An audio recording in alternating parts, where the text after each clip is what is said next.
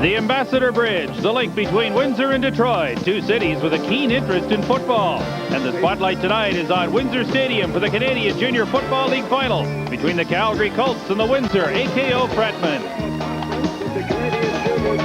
The Fratmen are big underdogs tonight. They'll need a huge game from their quarterback, number 19, Rick Lachance. He's been terrific in the playoffs, better than 900 yards passing and 3 touchdowns via the air in 3 games. Meanwhile, the Calgary Colts are the defending national champions. They have a powerful and very diversified offense. Quarterback Jason McIntyre threw for better than 1,500 yards this season and passed for 17 touchdowns. While the man with the smile on his face is perhaps the best running back in junior football in Canada. Steve Thompson has rushed for 334 yards in 2 playoff games. It's an offense which has outscored the opposition 166-65 in the last 4 games.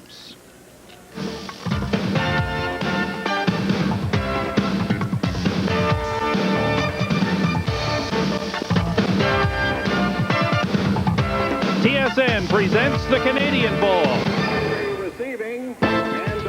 Brought to you by Chrysler Canada. All you really have to do is drive one. It was a lovely day in Windsor, but it has gotten a little nasty. The wind has picked up considerably out of the north. And on a natural surface with a temperature of 8 degrees Celsius, we welcome you to Windsor Stadium. I'm Peter Watts.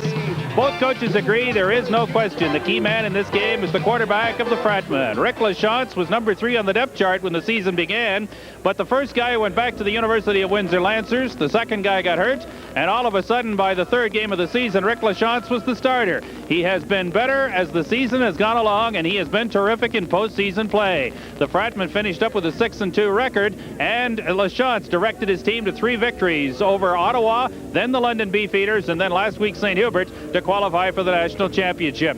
He has to be awfully good. He sends a lot of people out into pass patterns, and he really needs to have his offensive line pick up a very diversified attack from the Calgary defense. Well, they look like they're a strong, very fast defense. They got a good pass rush. They got tall deep backs, and they use a 4-man rush and 7-man deep. And we're going to have to establish the pass so we can get the running game going. And I feel if I open up with the pass, it'll open up the rest of the game for us. The Fratmen, I think, really have to have a great game from their quarterback. They don't have too many options if Rick Lachance isn't terrific. Well, we'll see what he can do tonight against a very good Calgary defense and a Calgary team that is gunning for its 2nd straight national championship. It's a great game, and for more on it, here's John Wells and Leif Pedersen. Peter, 2 teams with some similarities, both with 6-2 records during the regular season, and both going on to knock off the conference leaders to move on in the championship round. Leif, how do you look at these 2 teams tonight? Well, you know, you look at Windsor's offense, and boy, it's a style of offense that I really like. It's the run and shoot. You may recall Mouse Davis from Toronto Argonaut days. Well, he's with the Detroit Lions now. He's helped the Windsor Fratmen put this offense together. Now, they'll use 6 receivers at one time, and the quarterback can be a little vulnerable in that kind of a situation. He can take a pounding, but if everybody's in sync, I'll tell you, it's a lot of fun to watch. Rick Lachance, pretty good quarterback for Windsor. On the other side of the ball, the Calgary Colts have a pretty good quarterback and a very balanced attack as well. They really do. You know, they won the national championship last year with a passing attack. This year, since Steve Thompson, the running back, has come back to join them in September, he's an outstanding player. They've gone back to the run more. They also have Ashford Baker in the backfield, so there's no question they like to come out and establish the run. But make no mistake, if Windsor shuts down that run, they can start to throw the football. A couple of weeks ago against Surrey, they threw 6 touchdown passes, so they can light it up through the air as well. A year ago, the Calgary Colts were the underdogs in this Canadian championship and came through with a victory. Windsor, as underdogs tonight, hope that they can do the same. The championship since 1955, and they have won twice, both in the 50s. It's been a long time between victories. They're the underdogs against the Calgary Colts, the defending national champions. We're ready for the kickoff from Windsor Stadium when we come back after this. Don't let them go. All right. Ready for the kickoff at Windsor Stadium, the Canadian Bowl. Between the Windsor AKO Fratmen and the Calgary Colts. Ready to kick off Windsor. Al Pascaric. And 3 deep for the Calgary Colts. We're underway, Leif. This is Thompson on the return for Calgary, and he's out near the 35-yard line. Let's look at the offense for the Calgary Colts. Burke and Gafer to the tackles. Knowles and Goy inside at guards, and Tulp is the center. Two pretty good outside receivers in Bish and Furlong inside. Hershey and Kelly. And the quarterback you've heard an awful lot about, Jason McIntyre, with two runners, Steve Thompson, who is terrific, and Ashford Baker, number 36. First down for the Colts from the 35. And Thompson stopped behind the line of scrimmage.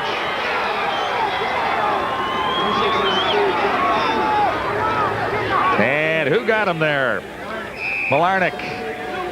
Well, you know that the Calgary Colts really want to come out and try and establish that run. That's what they're famous for. But on that first play, the Windsor Fratmen will really have to shut down that running game if they want a chance to win this ball game. Did a great job. 2nd and 12. Tipped at the line of scrimmage as Jason McIntyre looked for a receiver over the middle. So a good start for the Fratmen from Windsor. Charles Curry, the defensive end, got a hand up on that play. And, you know, as a team that really comes into the game as an underdog, the Windsor Fratmen, of course, would love to get off to a great start. They've got a ferocious win behind their back in the first quarter. And, of course, on this first series, they force the Calgary Colts into a punting situation. Will get outstanding field position after this kick. You know, I talked to Mike Morency, the head coach of Windsor, before the game, and he said, Leaf, this wind, we've talked to the weather office, it's going to last for a couple hours. Now it's around 6 o'clock. Now we're shortly after 8. He said, we're hoping to really take advantage of the wind in the first quarter and then through the weather, man, have it die and pull a fast one on Calgary. So we'll see what happens. Still Perry is in to kick for the Colts. And Perry stands back near his 20-yard line.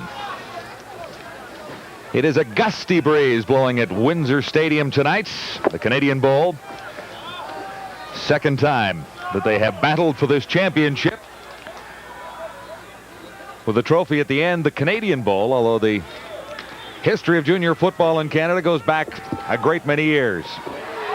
Bobbled momentarily and then picked up by Troy Holmes, number 25. For those of you who follow the Canadian Football League, the rules are really basically the same. The only big difference is once a player's knee hits the ground, the play is over. And, of course, on that punt, that's what occurred. The player hit the ground with his knee, and so they whistle the play dead. So it'll be first down for Windsor. And I am looking forward to seeing this run-and-shoot offense. You'll see a spread formation with only one back in the backfield, along with quarterback Rick Lachance, and they will put it up. They pass 75% of the time. Lachance unable to get it away that time. Number 44 streaking through to make the tackle, Steve Martin. And the defenses have come up big for both teams. Why don't you do the offensive line, old partner? Center Dave Mahalik, and there are the rest of the fellas. You try and pronounce them. They have a great receiving core. I can tell you all about Belly Caston at the wide receiver, Rick Langlois, Sean McIver, Bill Stockwell. The running backs, Troy Zalay and Darryl Lalonde. He is the brother of Donnie Lalonde, former boxing great. And, of course, the quarterback, Rick Lachance. A lot of pressure on his shoulders tonight to take this team to the win. On 2nd and 15, Lachance looked over the middle and couldn't come up with a receiver. Zalay was the intended target that time, so quickly Windsor will kick it away with the breeze this time. 26-yard kick for the Colts last time, but with the breeze, I would think that Al Pascaric, who's been averaging 34.7, might get a little bit behind this one. Looked as though both offenses on their first series showing a bit of the jitters here as they play for the national championship on national television. Both offenses a little slow to get started. High, not all that deep. Buchanan with a good return shaping up for Calgary.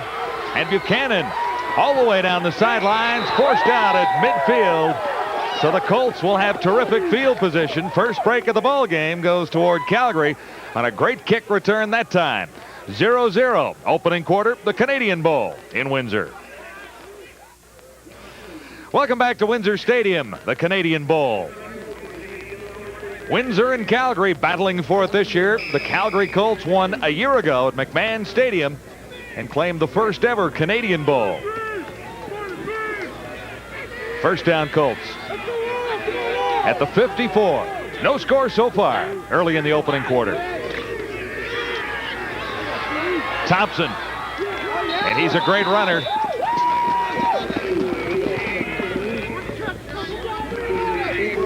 Here's a three-man front. Well, really what you're going to see from the Windsor Fratmen becomes a 3-5-4. There you see it. Chitaro listed as the middle safety, but he'll come up and play a linebacker against this running offense of the Calgary Colts, and then they'll go with just 4 defensive backs. I think a pretty good scheme on paper to try and stop this running game, although you wouldn't know it by that last run of Steve Thompson. He picked up 8 yards. This is 2nd and 2 Calgary. Just outside the 35. Thompson gets it again, slipped that time, and he may be stopped short of a first down. He needed to get to about the 38.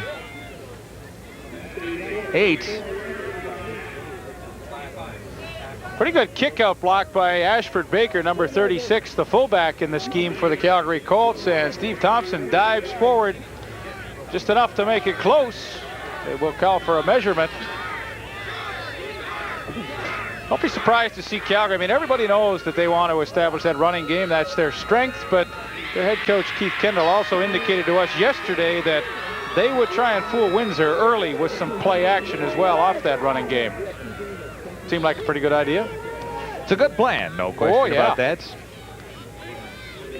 You know, I'm really looking forward to this game. It's the first junior game I've ever seen, and the enthusiasm as we came to Windsor was incredible. And the hometown fans, they love their Fratmen here, an organization that's been going for a long, long time. This will be 3rd and 1, and the Calgary Colts go gambling. They need a yard. And McIntyre keeps himself. He was stopped initially, but I don't know whether or not they'll give him the first down on that. Boy, there was great penetration from the 2 Windsor tackles, Aronio D'Agostini and Charles Curry, and boy, they stopped Jason McIntyre almost in his tracks, and by any indication, if you can believe the players, they did it.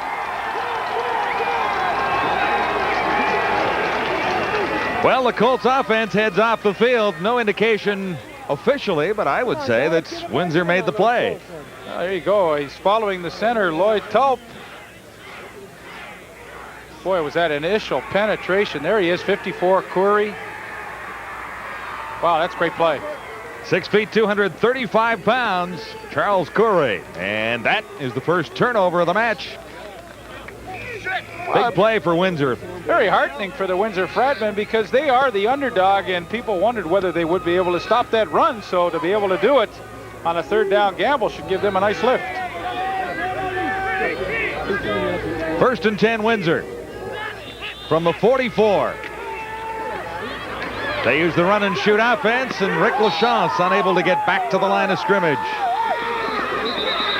Well, that's the problem with the run and shoot, as Rick Lachance just found out. You've got to get rid of that football quickly because you only have 5-man protection. Everybody is out in a pass pattern, so you've only got your 5 offensive linemen. So if Calgary decides to blitz and bring more than 5 people, Rick Lachance is in big trouble, and that was the case right there. Number 77 put some initial pressure up front. Rob Pepper, the big defensive end.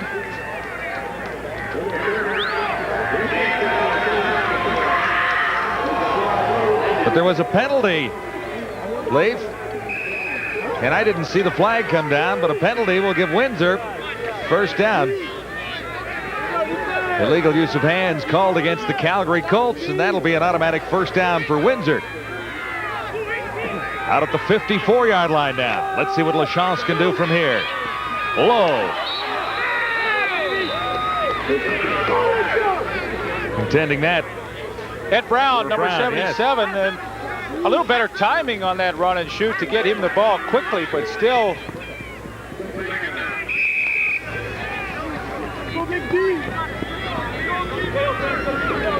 So 2nd and 10. No score so far at the Canadian Bowl, Windsor Stadium. 2nd and 10.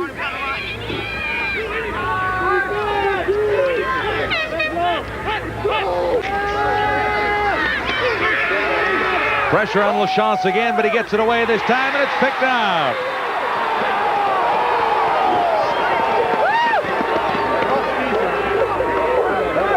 Rick Langlois made a great catch downfield. He's the wide receiver in that scheme, and you see the Calgary Colts only rushing 3 men. Pretty good protection, and Rick LaChance with a tremendous arm steps up in the pocket. See how he throws off that front foot. He gets a lot of mustard on the football.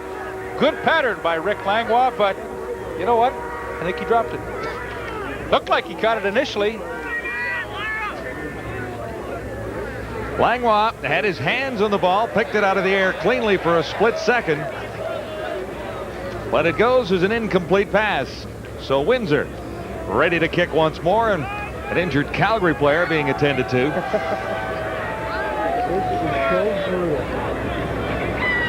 9:34 to play in the opening quarter of the Canadian Bowl.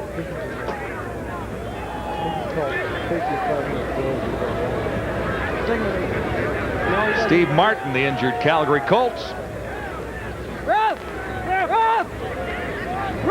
He's in a great deal of pain right now as he's actually carried off the field by 2 teammates. He's a valuable guy on their defense. He is the rush end, but on certain situations he'll also move in and play the nose tackle spot. When they bring in 7 defensive backs for a little more quickness, they put him in the middle.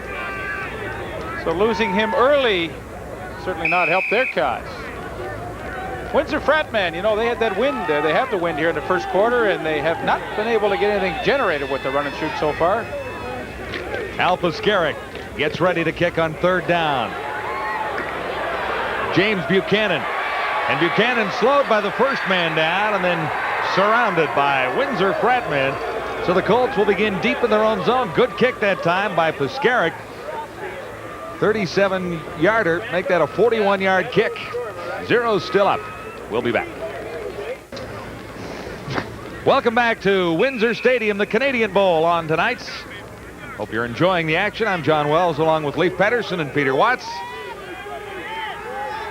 Ready for a Calgary first down, and the Colts begin this drive from the 21. Steve Thompson. And Thompson has been well controlled so far by the Windsor defense. O'Halloran leading the tacklers. That's Glenn O'Halloran that time. Number 23, Dean Shinkariol, the defensive end, really made the play, though. He forced Thompson back to the inside. You're going to see it right at the bottom of your screen. A good job.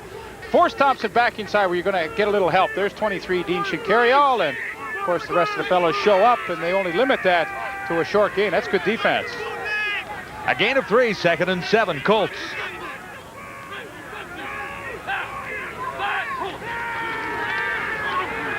McIntyre looks to the far side and is on target for Brian Besh. Well, that's what Windsor would like to do, force the Calgary Colts into 2nd and long situations, but that time they convert their first attempt. And Brian Besh, a nice catch on the sidelines. Only a little guy, 5'9", 155 pounds, but during the season he had 24 receptions. Pretty good ratio, too. 4 touchdowns, 1 in every 6 times he catches the ball, he gets it in the end zone. I like that. From the 37, first down Colts, and McIntyre comes to the near side. No catch that time, as Sean Furlong was the intended receiver. He is their top receiver, Sean Furlong. Of course, the son of former Stampeder great Jimmy Furlong, and he's been on the practice roster of the Calgary Stampeders all season long, and so he's a pretty busy boy. He goes to practice every afternoon with the Stampeders, has a quick shower, and then runs over to the Colts practice at night. So he is getting a lot of football in 1990. He is their top receiver, by the way. 2nd and 10 facing the Colts. McIntyre over the middle and high that time. The intended receiver, Sean Kelly. Number 35, he leaped high, but it wasn't quite high enough. So it'll be 3rd down. Well, I think Mike Morency, the head coach of the Windsor Fratmen, would be very pleased with the way his defense has played in the first half of the first quarter. They are the underdog. They would like to keep it close early and then take their chances later in the game, and so far defensively they've done everything right. Ready on 3rd down to kick, Stu Perry. Low snap. Into the breeze. And bouncing back. Flags all over the place. Leaf, I'm not exactly sure who returned the ball that time, but no yards. Holmes apparently on the return, a 24-yard punt. Ron Hollick of Winnipeg in charge of proceedings, the head referee tonight.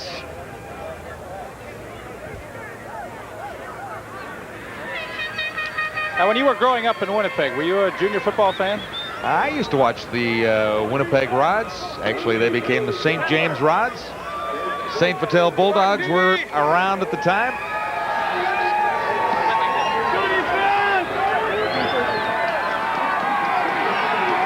Well, on the exchange, Windsor with great field position. First down, Windsor at the 41 of Calgary.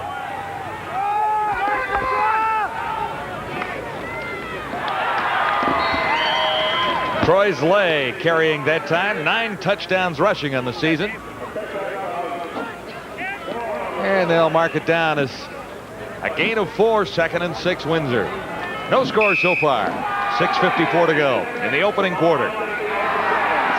It's interesting to see what Calgary does. The last time Windsor was in 2nd and long, they only rushed 3 men up front and really chose to try and play some solid pass defense in behind. Well, I think you'd come after a guy like Rick Lachance, bring about 6 or 7 guys and try and force him to throw it quickly. Lachance on the run, wide open. No catch. Langlois had it. That's the 2nd time he's almost made the catch, but boy, did he take a smack. I think it was number 32, Jay Steele, a middle safety. Now, he's good size at 6'3", 195 pounds. I was watching him in a warm-up, and he is a solid young football player. And Rick Lachance, good mobility to get to the outside, and he can't throw it any better than this. Rick Langlois looks as though he'll make the catch, but watch the stick coming right here. Well, that is textbook. That's a great hit. So 3rd and 6 from the 37. And for the first score of the game, Al Piskaric with Scott Mills holding, and it's blocked. Blocked by Cooper Harris and kicked downfield by the Calgary Colts. Then recovered, but it may be coming back. We'll have to wait and catch the infraction here. Recovered upfield by Thompson, I believe. A legal procedure called against Windsor, so the Calgary Colts get the first real break of this football game, and their head coach Keith Kendall, as you can well imagine, pretty excited about that turnover created by number 55, Cooper Harris, the son of the thumper, Wayne Harris, and he cracks through there, gets the block, makes a heads-up play to kick it downfield, and early break goes to the Calgary Colts. Turns into a soccer game in a hurry, doesn't it? Jay Steele tried to kick it all the way into the end zone, number 32. And here's what we have. 1st and 10 from the 29. McIntyre for Furlong. Forced out at the 1. A big break turns into a bigger break now. And there's the happy young Jay Steele who kicked it upfield for the Calgary Colts and set up excellent scoring position for Calgary. Well, this is good play action. And of course, the Windsor Fratmen, respecting that run, they freeze the linebackers and freeze the defensive backs. They're playing way off Sean Furlong. He runs a nice out. Good throw by Jason McIntyre. So the Calgary Colts find themselves in scoring position after the turnover on the block kick. 1st and goal to go at the 1-yard line for Calgary. Thompson slips, and he's met by 4 Windsor Fratmen and forced back to the 5. Windsor defense has played it toughly. Yeah, I think they've done a great job on the ground, and you know, they really knew that this was going to be the challenge that they would be faced with, but as Steve Thompson gets it upfield, he is met by a whole bunch of Windsor Fratmen, led by number 13, Bill LaFave, coming up from the secondary. Let's go, defense! Now 2nd and goal to go from the 5. Looking to the end zone, touchdown! Ashford Baker on the play action. Hey, that is pretty. Good call, too. 2nd and 5. 2nd and goal from the 5. Everybody thinking run. Good call by Jason McIntyre. Or was it Coach Keith Kendall from the sideline? Well, I think they do call a lot of plays from the sidelines, but The result is perfect. Good fake to Thompson inside, and then McIntyre with the easy throw. Ashford Baker all alone, so the Calgary Colts first to strike in this National Junior Final.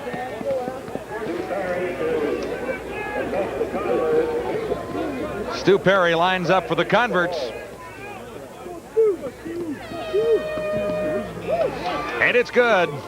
So the first touchdown is converted, and the Calgary Colts, in defense of their championship, have the early lead. 7-0 in the opening quarter. 4:44 to play. We'll be right back. Well, a big turnover has set up the first touchdown for the Calgary Colts. A blocked field goal put Calgary in great field position. And then quarterback Jason McIntyre called 2 perfect plays. A toss to Sean Furlong to get down to the 1-yard line. And after they were stopped on 1st and goal to go from there, a 5-yard toss to Ashford Baker for the first touchdown.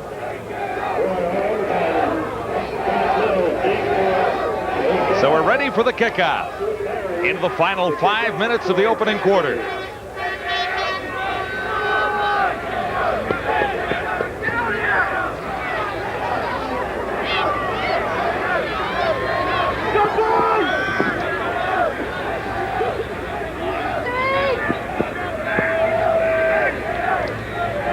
And a slight delay out there, but I think we're ready now.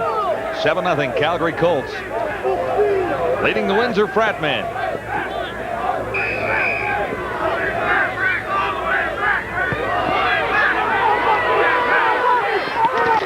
Short kick.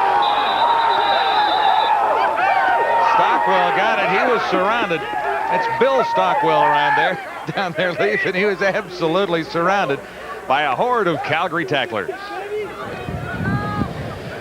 Well called plays, well executed plays on that drive by the Calgary Colts. 29 yards in 3 plays, finished with a 5-yard pass to Ashford Baker. Report on Steve Martin on the bench with a sprained right knee. He was knocked out in that play when he had to come off a few minutes ago. He's conscious, he's okay. He says he can play again. We'll see. And we'll see how Rick LaChance responds for Windsor here.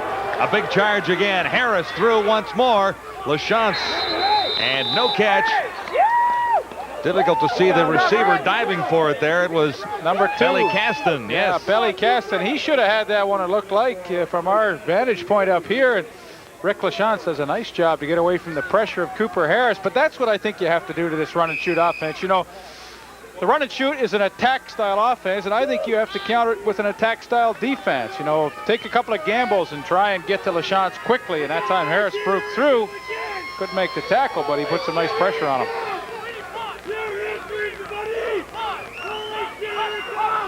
0 for 5. LaChance looks to complete his first pass, looking deep. And Caston, number 2, was the intended receiver once more. It's going to be tough to throw deep against Calgary. They'll put 6 and 7 defensive backs in there, and of course head coach Mike Morency, there he is on the sidelines. He knows this, and he's got to tell Rick LaChance, look, you've got to be patient, use that run and shoot, and go underneath that zone coverage. Get it, Colt, ready to start. They start with Colt. We will tell you that the head coach Mike Morency is wired with a mic tonight, so we're going to hear some of the calls that he will make and try and dissect them for you. Right now he's calling for a punt. That's his only option.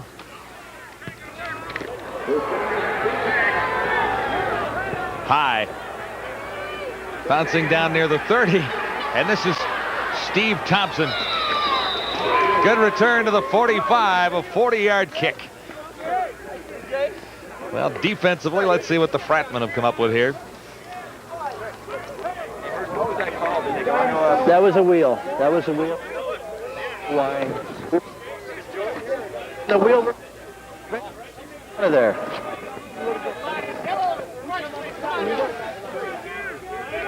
From the 44, the Colts begin. First down with 3:17 to play in the opening quarter. Calgary leading 7-0.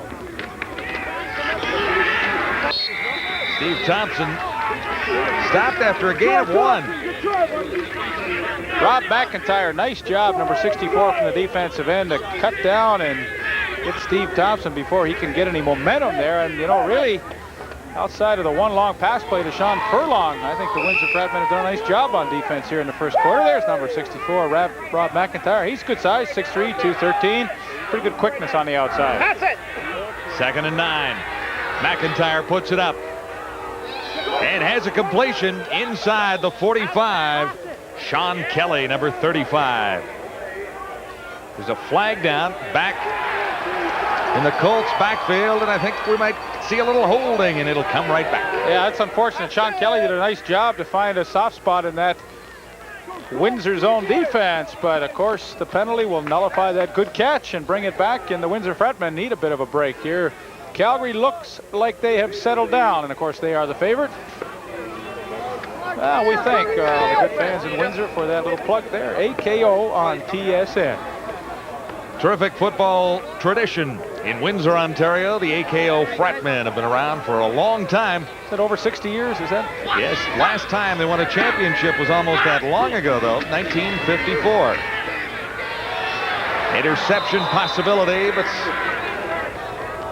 Scott Miles couldn't quite react to the ball quickly enough. That one was up for grabs, tossed by Jason McIntyre. Well, I think that was a pretty good throw by Jason McIntyre. 2nd and 19. You know, you don't want to give up a turnover deep in your own end. He was looking at Mark Hirsch over the middle, but I think he just simply threw it away and let his punter go in and let the fellas play some defense for him.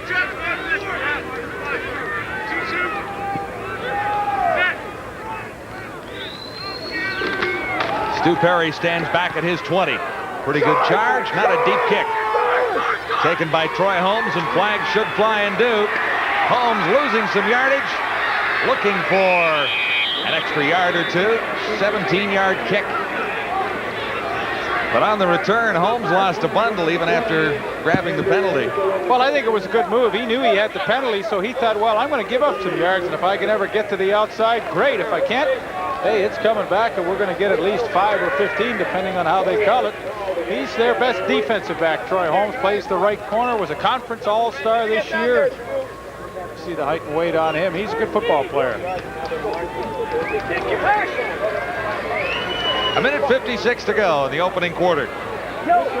7-0. The Colts of Calgary leading the Windsor AKO Fratmen. And this is the 1990 Canadian Bowl. I would say with 1:56 left in this first quarter, and that wind is still pretty strong at the back of the Fratmen. Keith Kendall has told his defense, look, do not let anybody get in behind you. Let's get out of this first quarter with a lead, and then the wind's at our back. Rick LaChance in Windsor. First down and 10 to go from the 36. Zalay carried that time, number 32 for the Fratmen. Well, we talk about Windsor, and 75% of the time they throw the football. That other 25%, Troy Zalay is the workhorse in that offense. And, of course, throughout their conference play, he's averaged over 5 yards a carry. That's pretty good. Had 7 touchdowns during regular season play. So when they choose to go to that running game, he's a pretty solid performer. Gain of 2. This will be 2nd and 8. Windsor. Just inside the 35 now.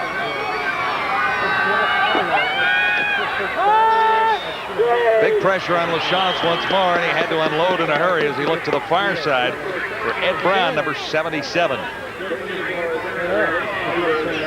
Yeah, I think them both on.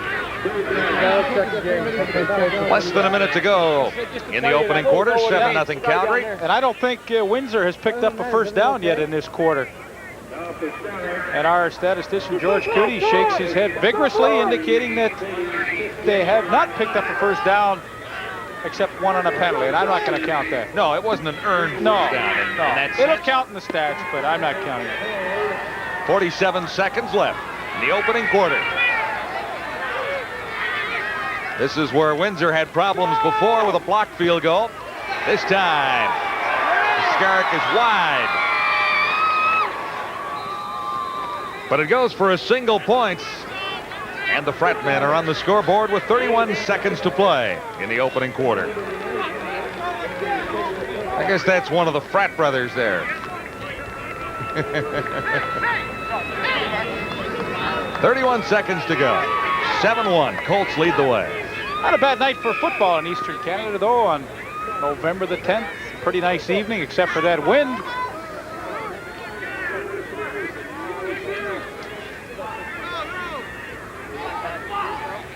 A little breezy, but it may die down here in the second quarter. First down for the Colts, and this is Thompson with a big hole. Steve Thompson tough to bring down as he is all the way out to midfield with 8 seconds to play. In the first quarter, 18 yards for Thompson. Well, Steve Thompson was the MVP in the conference last year in 1989, and he chose to go down to Rocky Mountain College in Montana. Now, due to some academic things, he wasn't allowed to play for the football team, so he decided that he would come back and commute between Montana and Calgary, and he came back to play for the club in September, and ever since he has come back, it has really put a boost to their running game once again. Thompson comes to the near side this time, and he is stopped around the 50-yard line, just inside. So that'll be the final play of the opening quarter, and the Calgary Colts lead the way 7-1 in the Canadian Bowl. Welcome back. The Canadian Bowl second quarter just underway at Windsor Stadium with the Calgary Colts out in front of the Windsor AKO Fratmen 7-1. Well, I think a quarter that Windsor will look back on and say, hey, you know, we played pretty good defense against Calgary. They only got their points against a turnover, but on the other hand, with that strong wind at their back, they were not able to generate any offense, and it really wasn't so much the Calgary defense. I think it was the ineffectiveness of the run and shoot offense.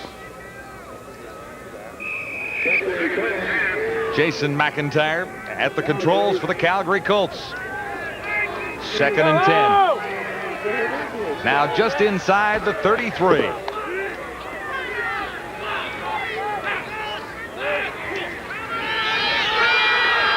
Thompson met heartily, but broke off that tackle and continues to go. Steve Thompson gets to the end zone. Touchdown. What a great run. He was stopped initially, popped right at the line of scrimmage. But from there, Thompson took off. Hey, that is some kind of run. You know, we heard about Steve Thompson and what a great running back he was, but of course have not been able to see him in action yet. But you're right, he took a big hit from Ron Chitaro, number 44, and bounced off him and keeps going. And watch a great move right here. Another one, and that's he makes it look easy. 33-yard touchdown.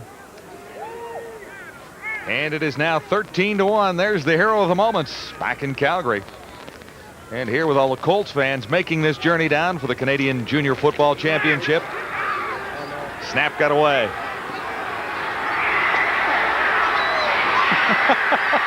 And there is no convert on the play. Scott Mills on the tackle. Brian Bish was running for his life after a bad snap, bad exchange from center.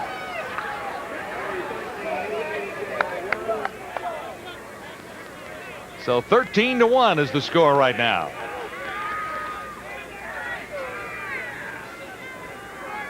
Calgary Colts won this championship 1 year ago with a victory over Burlington at McMahon Stadium. They were the underdogs on that evening. And Windsor comes into this game as the underdogs to an experienced Calgary team with some pretty explosive young athletes, particularly as we've seen so far in Steve Thompson. You know, we saw Mike Morency on the sidelines, and he indicated to us that he really thought next year would be their big year, and he was pleasantly surprised that this year they're able to make it to the national final. They'll only lose 9 players from that roster, and he thinks they're ahead of schedule being here, and next year he thought would be the year, so I think this is great. Windsor advanced in the Eastern Conference Final with a 12-4 victory over St. Hubert.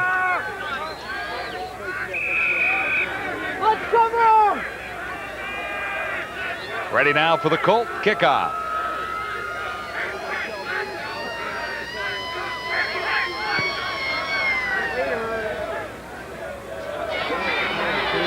This is Scott Mills on the return for Windsor. Mills with a bit of a seam down the far side. Nice job on the return as he's out across the 35, and that's where Windsor will begin this next offensive sequence. Nice talent to pick up, that Steve Thompson. He finished off a 75-yard, 5-play march with a 33-yard scamper. More on Steve Martin, guys. He is through for the night. I just talked to the Calgary team doctor. He blacked out as a result of the pain of that knee injury. He's also been fighting the flu bug all day, so he will not play any more football in this national final. All right, LaChance looking to complete his first pass. Windsor very well aware that as he goes, so goes the team, and the option this time, and that play did not work out well as delay was stopped by Paul Doherty. Well, John, the tough part for Windsor is they don't really have plan B. I mean, plan A is throw, and more throw, and when they have to try and go to the running game, it's not their strength, and as you see right there, the Calgary Colts don't have a great deal of difficulty in stopping it. Number 54, Matt Hassett, the defensive left end, with a nice play. But if the passing game is not working, it can be a long night for Windsor. 13-1. Calgary leading Windsor. This is 2nd and 10.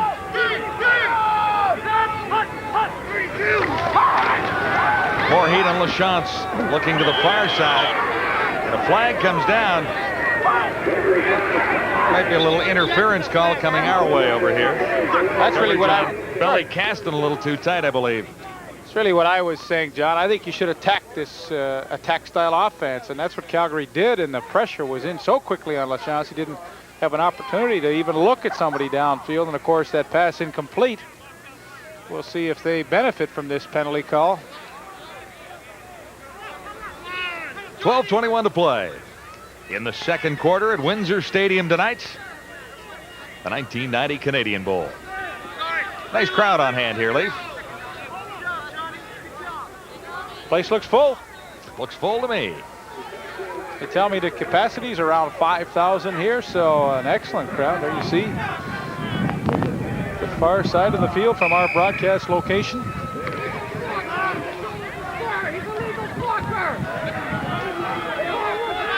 Penalty goes against Calgary.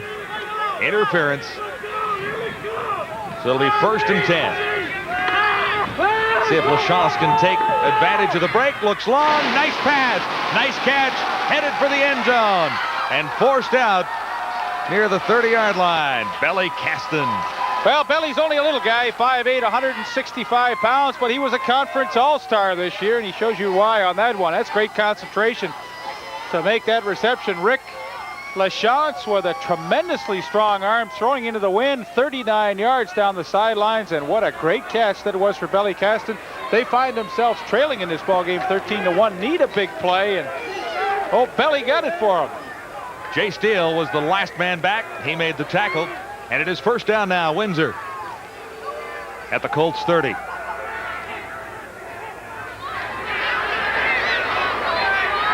Same side, intending that one for Troy Zalay, number 32. Boy, that was a nice pass by LaChance. The trouble is, though, when he's running the run and shoot, he's got to get rid of the football quickly. When he takes that shotgun snap and then he's drifting backfield, giving ground, he's really losing a lot of effectiveness of that run and shoot. It's an offense designed to attack an area, but attack it quickly, and he's just not getting the ball off quick enough. 2nd and 10 now. Windsor at the Calgary 30. Colts lead it 13-1. Now gets it away more quickly that time. And Caston couldn't hang on. Well, see, that's a better throw, though. He stepped up into the pocket, didn't drift backwards, and he put a lot of mustard on that football. Caston not able to hang on, and, well, I'm not sure if they'd be able to kick a field goal from this distance into the wind. Stiff breeze right now. Well, they're going to try one. Side actions will run some seam routes, but we must go to the seam, all right? Very important. We can work on the seam. Then we'll widen them out, and then we'll get it done. Hey, get a timeout. Get a timeout. Good call, Mike.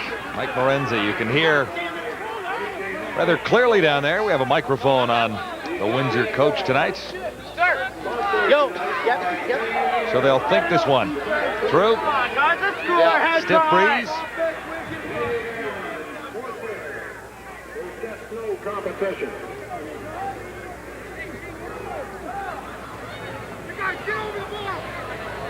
Keith Kendall on the other side in his 4th season as the head coach of the Calgary Colts. 7 years as a defensive coach for the Calgary Dinosaurs. Kendall also a former running back with the Edmonton Huskies in his junior football days. Puskaric will attempt this from about 37 yards into that breeze, and I'm sure Coach Kendall has told his Calgary defense to watch for the fake because, I mean, he's going to really have to nail this thing if he wants to hit it. During the regular season, Puskaric was good on 17 of 21 field goal tries. This one from 37 yards away, and the fake is on. Nowhere to go that time for Scott Mills. It didn't quite work out the way Mike Morenzi had it planned, or at least visualized. Well, I think Calgary knew it was coming. 13-1. Calgary leads the way in the second quarter. Well, I don't think the Windsor Fratmen fooled anybody at this field goal attempt. It was just really out of the range of Puskaric, and Brad Gustave, number 16, comes up and makes a good tackle on Scott Mills, and that will count as the second turnover of the night for Windsor. And once again, the Calgary Colts have an opportunity to take it downfield as they lead this ball game 13-1. 10:41 to play till halftime. Actually, I erred there. That's the first turnover of the night for Windsor. One apiece. Yep. This is Thompson. He's caught from behind. Nice tackle.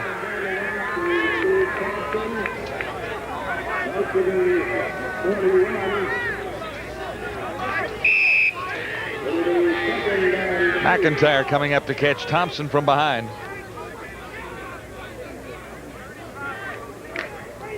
So a couple of times, Windsor has been able to get Thompson back behind the line.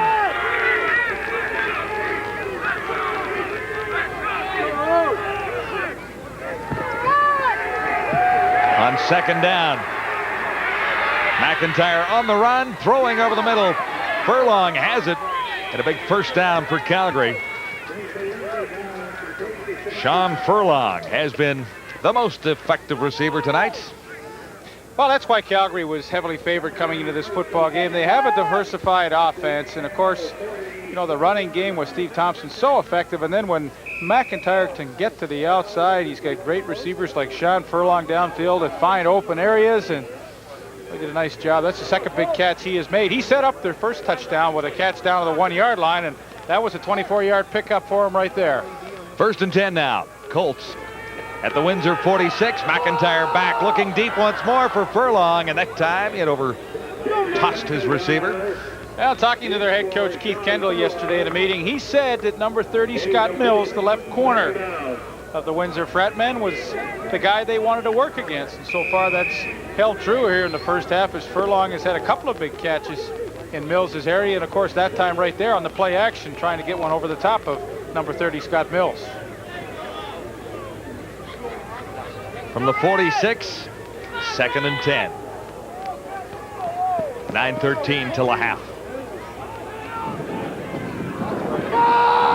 McIntyre quickly for Furlong, and speedy Calgary receiver was about 2 strides too slow. Well, the wind caught that one. Jason McIntyre having to adjust here in the second quarter, throwing with the wind, and that time as he tried to hit Furlong in the seam. There you see it. The flag's blowing fairly briskly here at Windsor Stadium. Played a major factor in that throw to Furlong.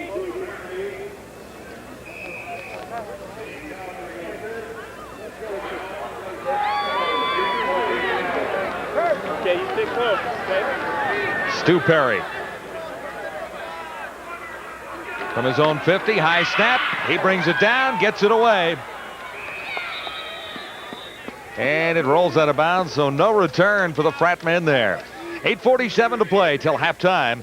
This is the Canadian Bowl from Windsor Stadium, where the Calgary Colts lead the Windsor Fratmen 13-1.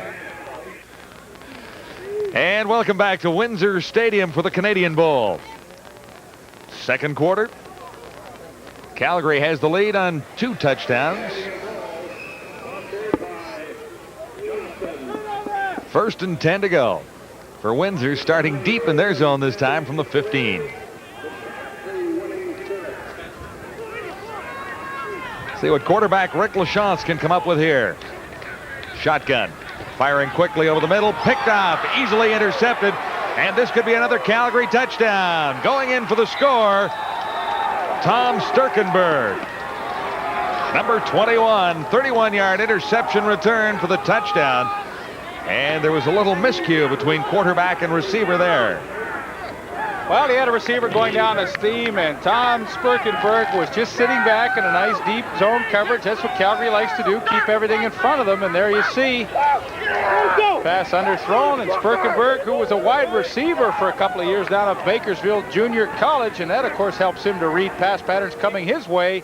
Steps in, makes the interception. He had 3 on the season, and that was a big one right there in the national final. You pick one off and take it for a touchdown. How about that, Tom? Nice going. 19-1.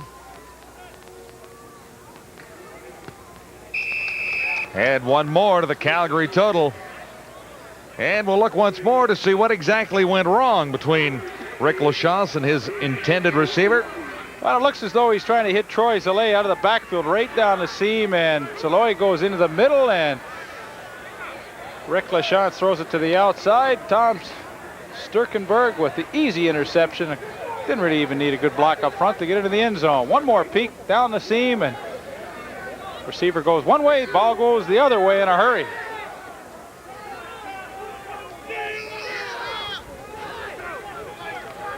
.8:23 till halftime, and the Colts are in control early at the Canadian Bowl.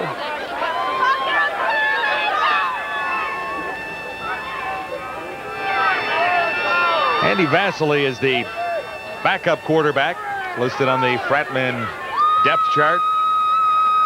Well, you know, Mike Morency, the head coach of Windsor, made no bones about it. He said if Rick Lachance plays well, we've got a shot. If he doesn't play well, we don't have a chance at all. And so far, not that it's entirely Rick Lachance's fault. The numbers haven't been there for them. And if he is not the guy to generate any offense, they are in a whole lot of trouble tonight.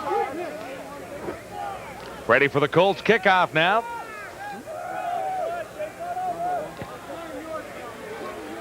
Stu Perry gets it deep. Giadario on the return. And the ball squirts loose. They'll mark it down at the 35.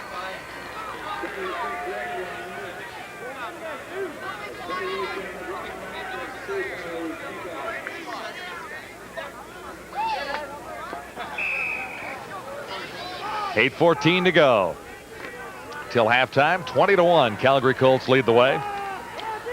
Well, let's see if Rick Lachance can shake off that last interception and try and put some kind of offense together tonight. They really have not been able to generate a whole lot here in the first half. One nice toss to Belly Caston. Down the sidelines. Substantial yardage, and that's been it offensively, really. Short toss this time. Intended for Sean McIver. Over the middle, and it was just a little high. Well, the run and shoot is really predicated on everybody getting to a spot quickly. A couple of receivers clearing out an area with a receiver coming in underneath it. But so far tonight, the receivers from Windsor look extremely tentative. And, of course, that throw was tentative as well, trying to get it into Sean McIver on the screen over the middle. And, boy, you can see the frustration building on the head coach, Mike Morency. Can be a frustrating offense if things aren't working well. Lachance on 2nd and 10. No one is open. Now he fires over the middle. Nice catch. And it could be close to a first down as Belly Caston comes up with it again. Check that, Darren Lalonde. First time he's touched the ball, number 27. 3rd and a long yard, really. Go for it. All right, we'll gamble. Yes, sir. You're down a whole bunch, 20-1. I think they go for it, and they're going to.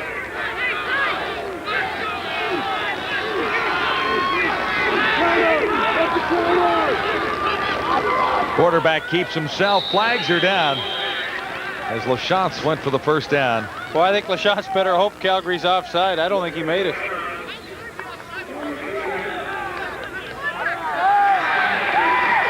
Calgary was offside. So there's a little break for Rick Lachance. It'll be a first down. Windsor, 7:08 till halftime.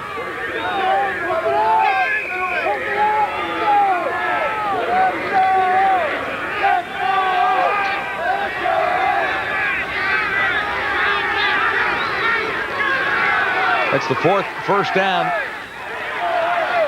3 have come by penalties.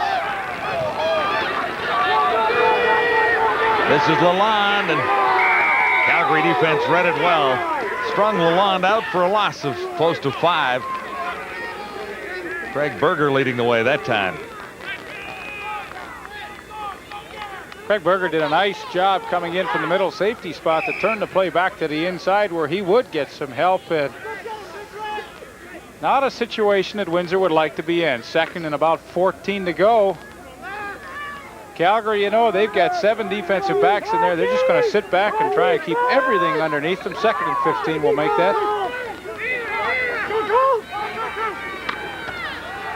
Lachance over the middle. Nice catch right at midfield, but short of the first down. Coming up with it, Sean McIver. Boy, he made a nice catch. They needed a bunch, however. 2nd and 5. Goes to 3rd and 5 now. Well, a good throw by Lachance. You know, he steps up in the pocket, and that's a great catch by Sean McIver, but unfortunately, hook pattern has to be a little deeper. He's good size, too, 6'2" and 200 pounds, as you see there. Not quite long enough to pick up the first down.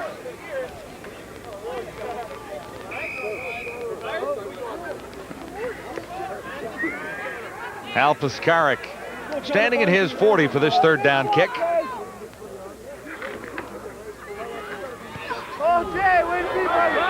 Into the wind, it hangs up. And they rule on the bounce back because of the situation down there. It bounced back and hung up in the wind. So they'll call it a dead ball at the 40, and net gain 15 yards on the punt.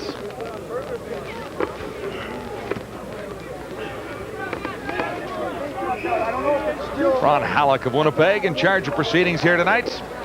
Well, this is where Calgary would like to be. They're leading 20-1. 5 minutes remaining in the second quarter, and now, of course, with a good ground game, you know, they have a lot of time on their side, and they can do a lot of damage chewing up the clock.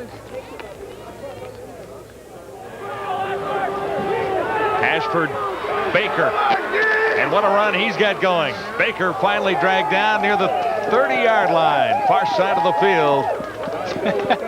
Just what we're talking about. They can do a lot of damage on the ground. Ashford Baker was the main man in the scheme of things until Steve Thompson came back on the scene, and Ashford Baker moved to the fullback position, which is pretty much a blocking back spot, but occasionally he still gets the chance to run with the football, and he shows you that he has some pretty good abilities in doing that. 38-yard gain that time for Ashford Baker. Nice run. And the Colts now with a 1st and 10. Inside the 35 at the 32 of Windsor. This is Thompson, and Steve Thompson grabs better than 5.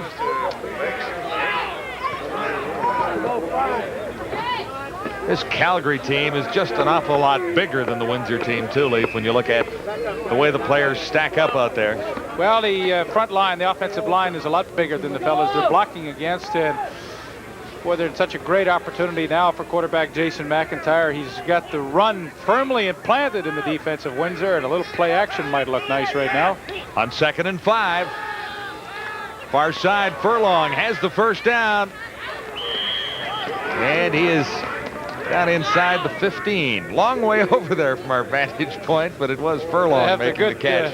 Have the good peepers to pick out Sean Furlong. What a great opportunity for him, though. He was drafted by Calgary, and he wasn't going to get an opportunity to play a great deal in their starting lineup at all this year. So he's on the practice roster, and he gets to learn and work with all the great other Stampeder receivers, and all of a sudden now he gets to play with the Calgary Colts as well and incorporate some of the things he learned with the pros this year. Guys like Alan Pitts and Derek Crawford, and a wonderful opportunity for him. Another Calgary first down, just tipped away. Lefebvre tipped it away. The pass was intended for Sean Kelly.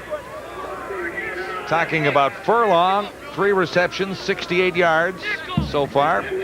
Sean Kelly can't get this one. That's a great play by Bill Lefebvre, number 13, the inside safety. He had to go a long way to knock that ball down.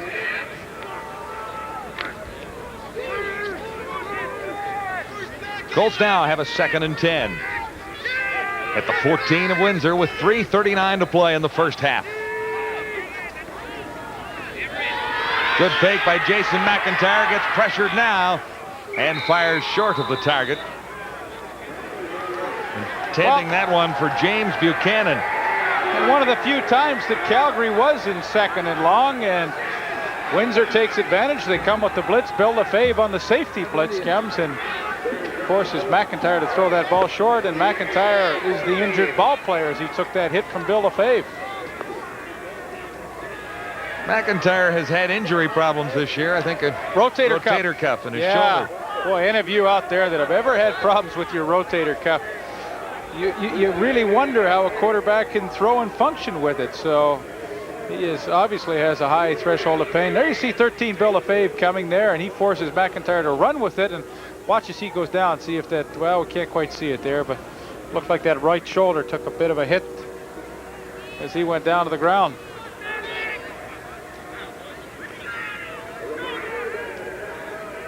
Jason McIntyre, 11 touchdowns in his last 4 games. He's averaged 251 yards passing. Every game this year. That's not bad. Not bad at all. Nice size to it, 6'2" for a quarterback, and he can stand up over top of that offensive line and get a good look downfield. Those are his numbers. Not terrific by any stretch tonight, but good enough to have built up a 19-point first half lead. 20-1 it stands right now with 3:30 to go, and Jason McIntyre, the outstanding young quarterback of the Calgary Colts, is now up in a sitting position. But I would think, Leaf, it might be a shoulder problem one more time.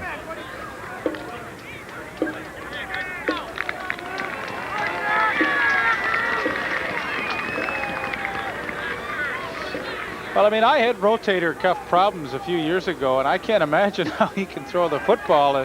He had a couple of weeks off from their last playoff game to get ready for this national championship, and the head coach Keith Kendall has said that did him a world of good to be able to rest that arm for that 2-week period.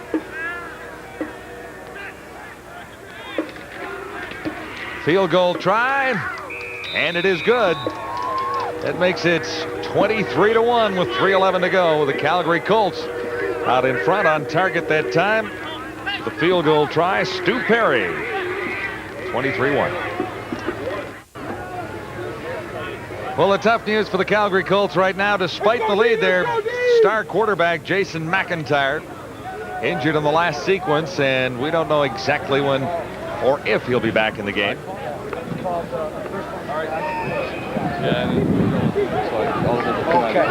One of the great Windsor junior players was a gentleman by the name of Jerry Corrick, who is here tonight to watch his old frat brothers. Jerry, of course, kicked with the Edmonton Eskimos, and then now has gone on to kick for the Cleveland Browns in the National Football League.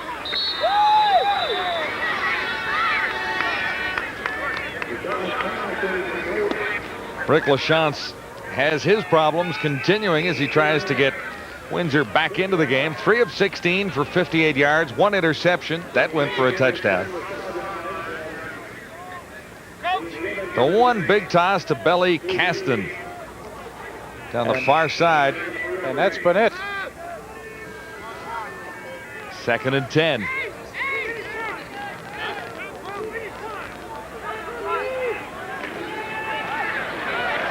LaChance hit as he delivered that time. Matt Hassett with the big pressure from the defensive end spot, and of course that is the thing about the run and shoot offense. If you cannot release that football quickly, you just don't have enough folks up front to try and protect the quarterback, and that time Rick LaChance paid the price of not being able to get rid of that football quickly enough. 2:36 to play in the opening half.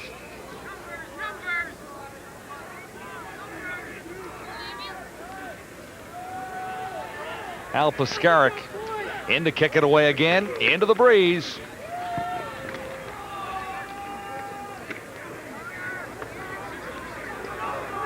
Flags are down as the Colts try and get out across the 45 on the return.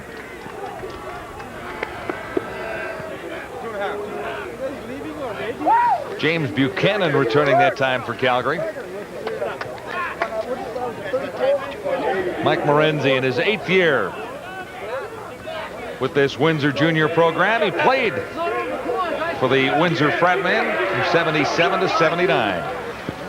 Yeah, he had a copy with the Ottawa Rough Riders for preseason. A linebacker, right? He was.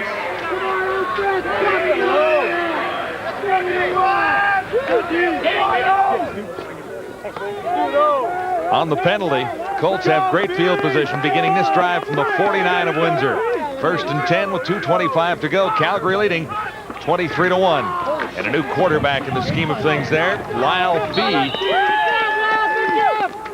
be able to hand off well and come up with a few yards from the outstanding running back, Steve Thompson. Yeah, I don't think it'll make a whole lot of difference who the quarterback is. You just either give it to Thompson or you give it to Baker, and you let them grind out a couple of first downs for you. 6 yards on the last play. This is 2nd and 4. Now at the 43 of Windsor.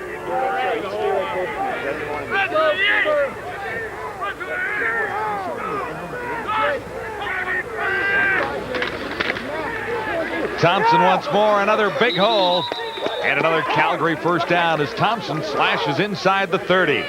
Well, let's give some credit to that offensive line of the Calgary Colts. They're opening some huge holes, and the fellas up front, the guard, Trent Roy and Doug Gayford, the tackle, big hole for Steve Thompson to run through as well. A great lead block, as he's been doing all evening long, by number 36, Ashford Baker. Thompson, 13 carries, 93 yards, and a touchdown already, and that's Thompson once more. Steve Thompson.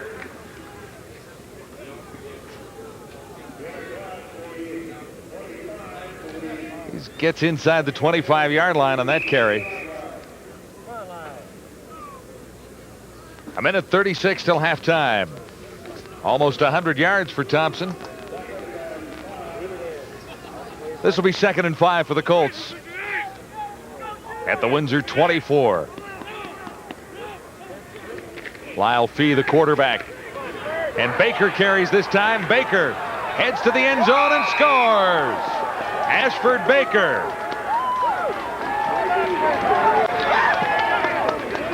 Another Calgary touchdown, and the Colts have really poured it on Windsor here in the opening half. Well, I think the size difference is really beginning to show here in the second quarter. The Calgary Colts up front a lot bigger, doing a nice job of pushing back that front four of the Windsor Fratmen, and Ashford Baker a couple of nifty moves as Steve Thompson did on his long run. Now it's Ashford Baker's turn to make a couple of nice moves. Second touchdown of the night. Yep. One along the ground. Yeah, one through the air from quarterback Jason McIntyre before he was injured, and Calgary Colts at this point in time making it look pretty easy here as they rack up a 30-1 lead. Minute 14 remaining here in the first half. This could be a long one. Well, it could be a long one for the Windsor AKO Fratmen, who came in as decided underdogs. They knew exactly what they had to do to stay in the ball game. They needed a good performance from quarterback Rick LaChance running the run and shoot offense. LaChance started slowly and really hasn't been able to move the team at all. And in the meantime, on the other side of the ball, Calgary has moved it well. Yeah, they moved it effectively. The thing with the run and shoot, though, I mean, if everybody is on the same page, it's a lot of fun to watch, and it's a lot of fun for the players to execute. But if it is not going well, I mean, it is 2 plays and out, 2 plays and out, 2 plays and out. You don't get any kind of drives established, any kind of momentum, and you see the results now. They trail by 29, and for Mike Morenzi, his worst fears are being experienced. His club is in big trouble.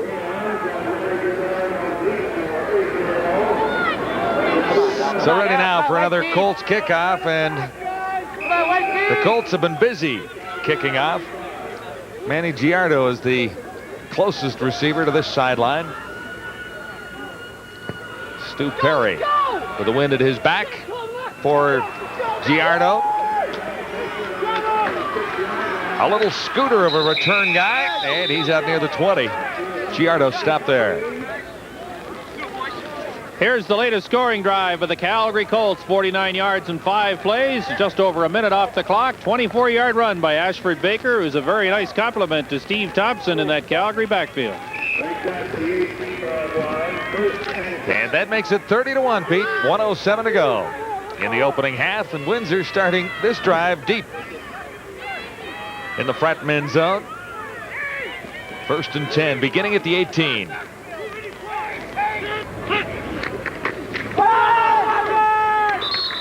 Troy's Lay, the ball carrier for the Fratmen that time. And he's halfway to a first down, about a 5-yard pickup.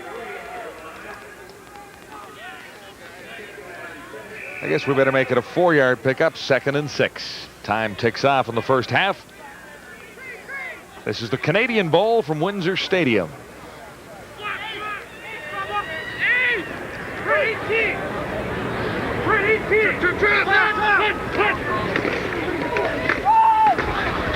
Soleil again.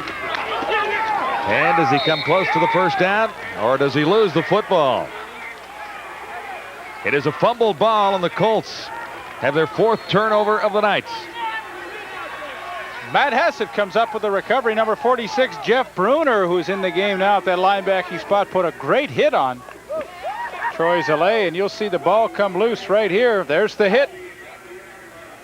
And as he spins and tries to pick up a few extra yards, number 77, Rob Pepper, also in on the hit, and the ball comes loose. And once again, the Calgary Colts are the recipients of a Windsor turnover. 4th time that the Windsor Fratmen have turned the football over in this first half. So with 39 seconds to go in the opening half, a chance for Calgary to add more points here. 1st and 10, the Colts from the Windsor 25. Thompson, and he was stopped for a gain of maybe a yard. Lefebvre in on the tackle. Yeah, Bill Lefebvre is one of the few Windsor defensive players that's had a good first half. Came in on the blitz and put a good hit on Jason McIntyre, knocked the ball away on one of McIntyre's passes, and now coming up with the good hit on Steve Thompson. Lyle Fee is in at quarterback for the injured Jason McIntyre. 23 seconds left. This is 2nd and 10. Good fake by Fee, looking to the end zone. Touchdown. Flags come down. And somehow the Colts come up with a touchdown as James Buchanan in for Sean Furlong. But hang on, this one may come back. What do you think, Leaf? Are they calling it against Calgary? Completed. They go back to No. Wait, it's against red. Against red. It'd be a 15-yard penalty. Yeah. Move back 15 yards down, repeat it. Right. I think it is against the Calgary Colts. Number 28, James Interference, Buchanan. Calgary, number 10. 2nd down, repeated, 10 yards back. So it is called against Buchanan. 10-yard penalty and 2nd down repeated. I don't know. I thought he made a pretty nice play to come up with that catch, but the referee is a little closer to the action than we are right here. But So now with 15 seconds to go, Windsor might be able to escape without allowing any more points. 30-1 right now. Calgary leading the Windsor Fratmen.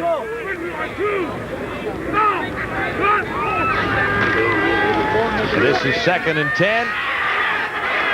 Big problems for Calgary and a big chase on that time. And the quarterback, Lyle Fee. Pressure supplied by Tim Barban, number 28. So almost a touchdown, but look where they are now. They're well back.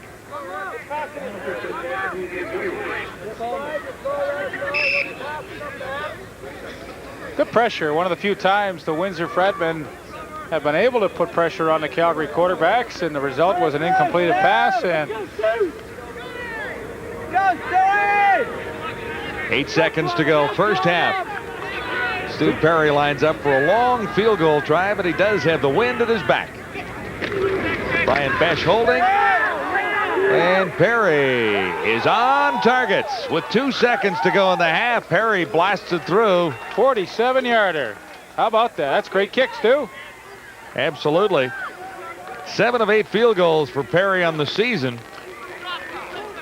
Wonder if Jerry Carrick, who will visit with Peter Watts at halftime, gave Stu Perry a little tip before the game, because that kick was beautiful. You wouldn't think he'd be giving Stu No. Perry a helping hand. No, but well, he's a former Windsor Oh, guy. no. You talk about kickers. Kickers help kickers. It doesn't matter who they play for. Kickers are in a different world. They'll help the opponent. They'll help their team. They'll do anything. 2 seconds to go. Should be the last play of the opening half. Windsor with a 1st and 10. LaChance looks long. And unfortunately, he's off target once more for Tony Zalay. So the Windsor Fratmen head to the dressing room at halftime, trailing by a bunch. It is now 33-1.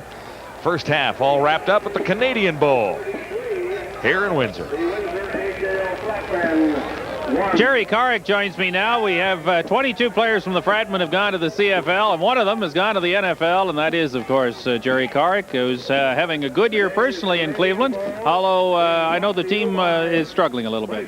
Very much so. We're in a bit of a slump, and it's going to take a little while to turn this around. Hopefully with the new head coaching change and everything, we got a week off to regroup, and we're going to try and turn this whole thing around. Jerry, I know Mike Morency's done a terrific job with this Windsor program the last 7 or 8 years. You played it for him when he first became the head coach. Your thoughts about playing junior football with the AKO team? Mike's done a great job here. I played 3 years under Mike Morency, and he helped me out a lot. And as far as keeping the guys off the street, a lot of guys don't want to go to school, and they can always go to play junior football. And Mike's one of those guys he's going to kick you in the butt and make sure you go to practice and help you out in any way on the field and off the field. It's a terrific program, though. The fraternity's been around for 60 years, and it's really made a difference here in the Windsor community. Definitely much so. I mean, AKO doesn't just help out with the football program, but also basketball, hockey, all kinds of things. So they're really involved in the whole community, and they're helping out kids in every way they can. Good to see you here. I hope the Browns get things turned around and make it a good second half. You got a tough goal, too. You got Houston next week and then Miami after that. Yeah, very tough. We never had an easy game this year. We're playing Denver, San Francisco, and then everyone in your own division. So there's none of those things that it's a cakewalk, and everyone's pretty equal this year. 4 at home now coming up. Maybe you can make something happen. Good luck. We have to. Thank you. Okay. Jerry Carrick, X of the 8 Windsor, AKO Fratmen. He's sitting here watching his team on the short end of a big score. The Calgary Colts 33, the AKO Fratmen 1. At the half at Windsor Stadium, the Calgary Colts trying to defend their national title on the front end of a 33-1 score over the Windsor AKO Fratmen here at Windsor Stadium. The volunteer in this country, God bless them all, we wouldn't have any amateur sport in Canada were it not for the volunteers. This next story is about one gentleman who's an outright volunteer and another who, given the return and at the time he puts in, might as well be a volunteer. 26 years ago, Keith Evans was an aspiring geologist looking to make his fortune in the Alberta oil patch. He'd grown up in Brandon, gone to school in Saskatchewan, and moved on to Rice University in Houston. There he completed his PhD and tutored some of that school's football players. Shortly after his arrival in Calgary in 1964, he got involved in the Colts junior football program. 2 weeks after being invited to join the team, he was running it. Well, that was kind of interesting because I was pressed into service somewhat hurriedly, and we were going to Edmonton to play the Huskies. I made arrangements for a team meal in Edmonton. Everything went quite well until I returned on Monday and got a somewhat arid phone call from a gentleman who ran a restaurant up around Lacombe who wanted to know what he should do with the 45 steaks that nobody showed up to eat. And obviously the people who preceded me had made an arrangement and told me nothing about it, so that was kind of an interesting way to start off.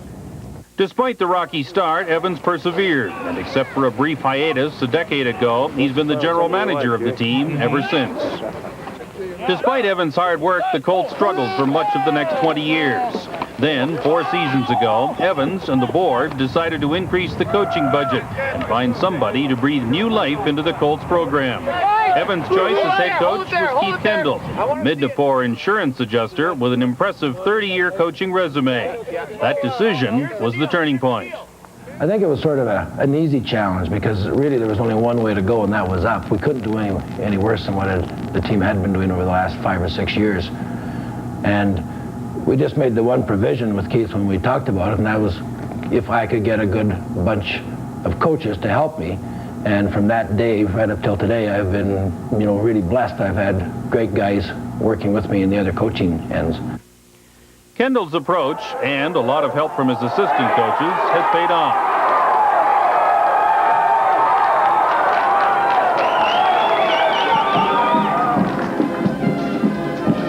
Has it ever paid off? The Calgary Colts, one of the great franchises in junior football now, and leading in this national championship, 33-1 over the Windsor AKO Fratmen.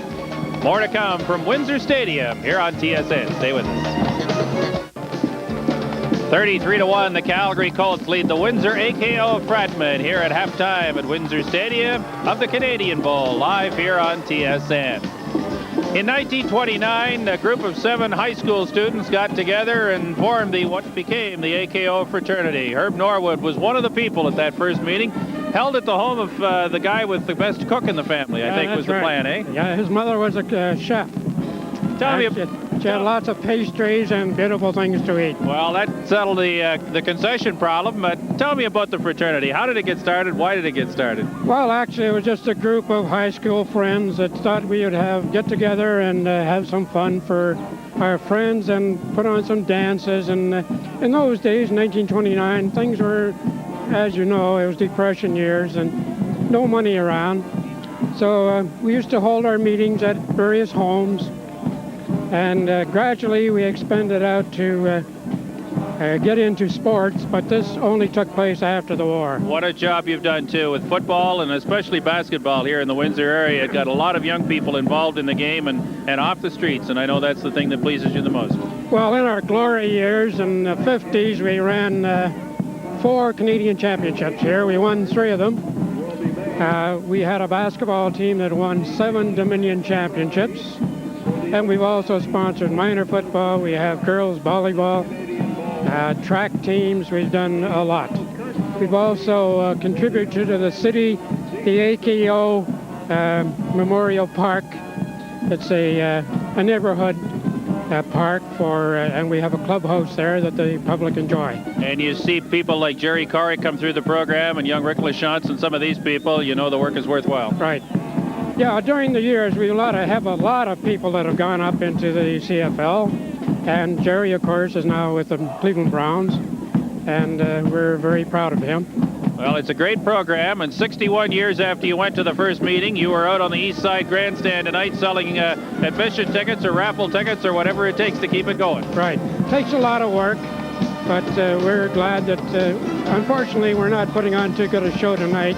But we'll come back. It's good to see you here. Thanks for stopping by. Right. Thank you, Peter. Herb Norwood of the Windsor AKO fraternity. A great story. 33-1, though. The Fratmen down to the Calgary Colts at the half in Windsor. Lots more still ahead. On a breezy night in Windsor, 33-1, the Calgary Colts lead the Windsor AKO Fratmen. The breeze is tough down here. The guys in the booth with the highlights, though, have got it nice and warm and dry. Oh, it's cozy up here, Peter. Yep. Let me tell you, we're just the way we like it. Pretending we're in Florida here tonight. All Calgary, first half, and pretty good running game that the Calgary Colts were able to get going. Well, we knew about Steve Thompson, their outstanding running back. He was the MVP in the conference in 1989, and he shows you why right here. Runs over Ron Chitaro, the middle safety, and oh boy, 33 yards later, he will get into the end zone with one of Calgary's 4 touchdowns in that half. And Steve Thompson, not a bad first half, 15 carries, 100 yards. In 2 quarters of football. I'd say that's pretty good. Shortly after that, there was a costly turnover. Rick Lachance looked for someone, but a red jersey was there. Well, he found Tom Sturkenberg, the inside safety of the Calgary Colts, and he's a fellow that had 3 interceptions on the season. That's probably the biggest one he's had all year as he picks off the Lachance pass. He gets it into the end zone for the touchdowns, and you look at Rick Lachance, only 3 of 18 for 58 yards, and that is a huge reason why that is the score, 33-1. Yes, it is a long way back for the Windsor AKO Fratmen here in the Canadian Bowl in Windsor tonight. 33-1 the score, and Calgary full value for the advantage at this stage of things. Rick Lachance really unable to get the Windsor offense motivated or rolling.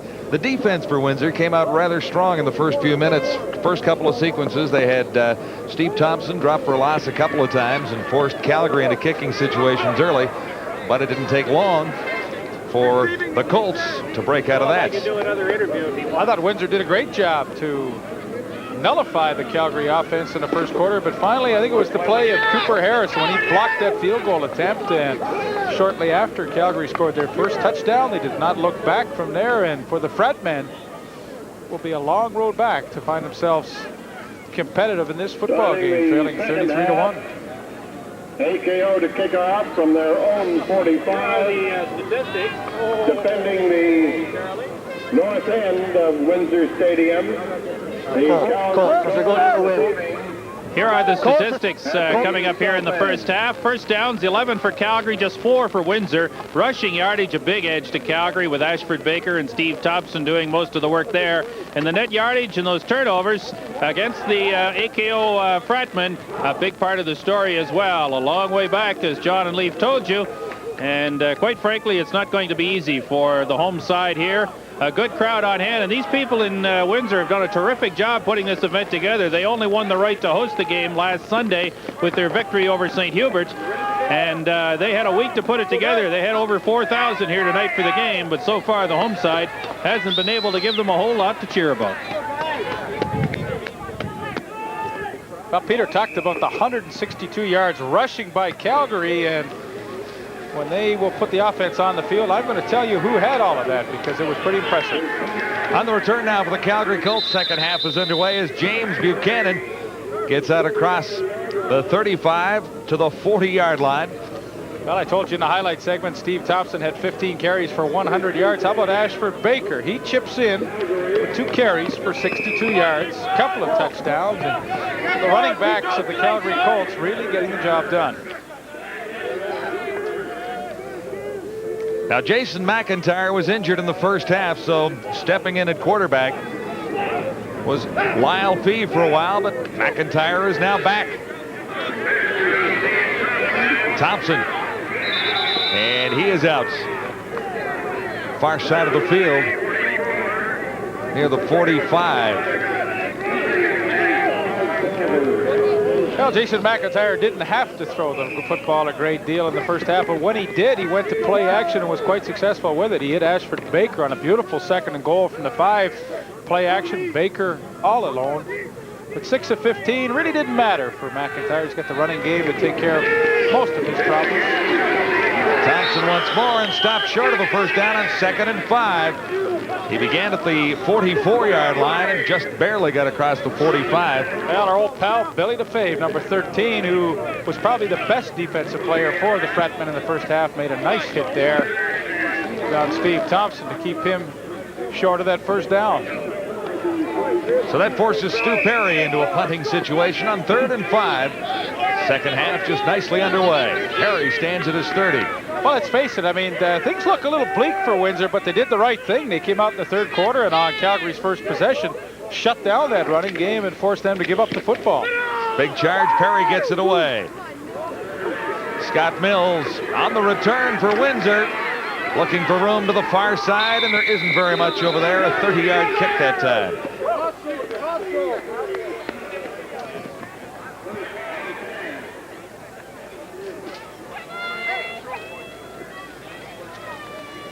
So 1st and 10, Windsor beginning at the 37.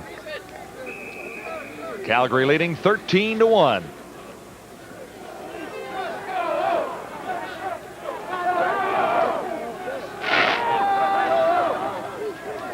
Rick Lachance at quarterback for Windsor. From the 37, Lachance over the middle. And on target for Darren Lalonde. He's a little short of the first down, but a nice gain for Lalonde.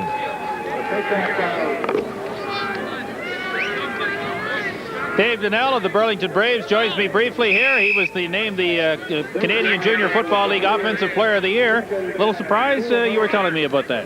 Yeah, I was, because I missed the last game of the season and I lost my rushing and scoring title, so I didn't expect to get past all the voting to get this far, to get the award. So, yeah, it was a shock.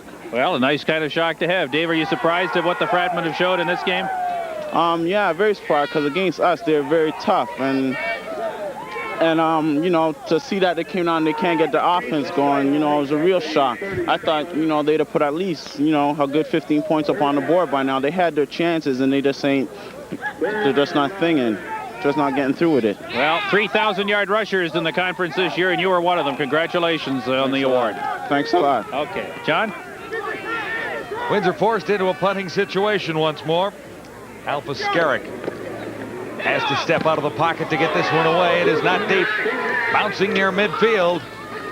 And Buchanan takes it on the first bounce with flags flying in every direction.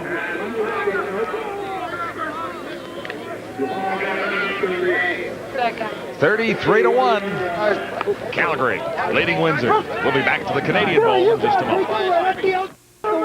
Thanks. Okay. Get a shot on! The deflection? Yeah? Okay. I heard you yelling at him, sure. We're yelling because it was blocked. Mike Morenzi in his 8 years, a coach with the Windsor AKO Fratmen. No. Things We have not just said gone we're well give yardage for him tonight. because it was behind our coverage unit.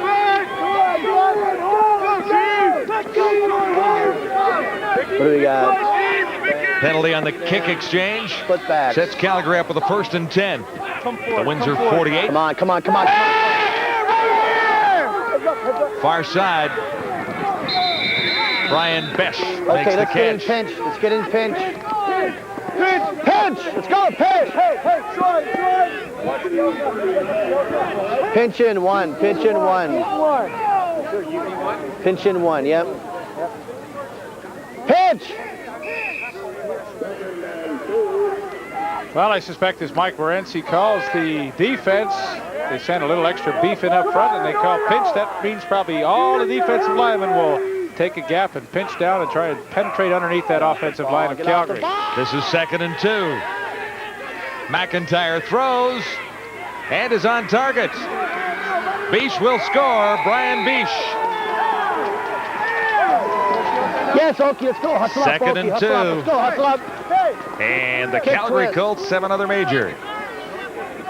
That is the beauty of having a very successful running game. And although Windsor got a little pressure on Jason McIntyre, play action on short yardage situations has always excited me and excites the fans here at Windsor, even though the wrong team scored.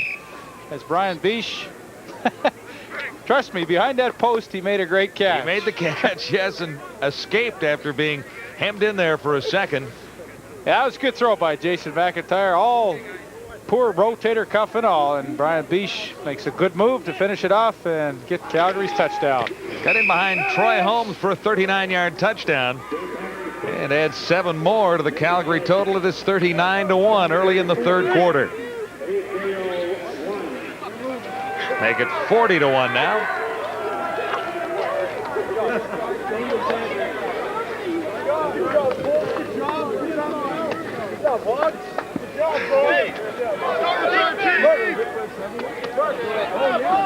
You're not.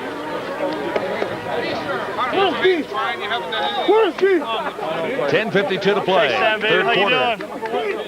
And the Calgary Colts very definitely in control of this ball game. There's the latest hero. Brian Besh has the touchdown, a 39-yard reception from Jason McIntyre.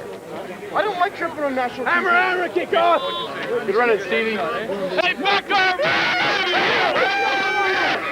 Colts won this title 1 year ago, back at McMahon Stadium in Calgary. Funny, last year they were predominantly a passing team. This year, choosing to go with the run a lot of times, but Brian Beesh there, the recipient of a beautiful pass by Jason McIntyre. Another touchdown pass thrown Ashford Baker's way tonight, and it's been all Calgary Colts here in the 3rd quarter.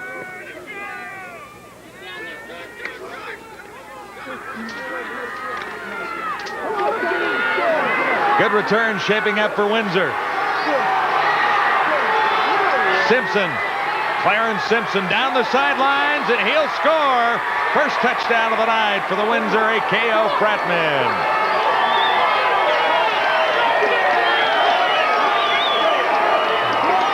That brings the stadium to life.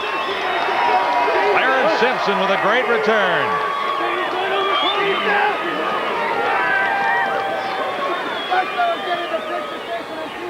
What a great job by Clarence Simpson. 5'10", 205 pounds, a fire plug as he breaks the one tackle and then gets to the outside and has enough speed to go all the way down the sidelines. It looks as though he might be caught near the end, but Stu Perry, the kicker, can't make the play, and 78 yards later, the Windsor AKO Fratmen have their first touchdown of the night on a great effort by number 28, Clarence Simpson.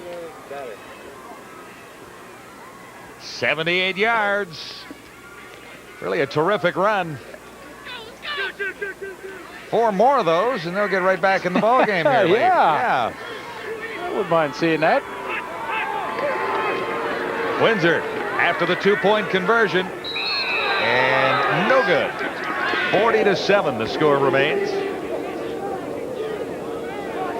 Lalonde was the intended receiver. He seemed to slip in the end zone.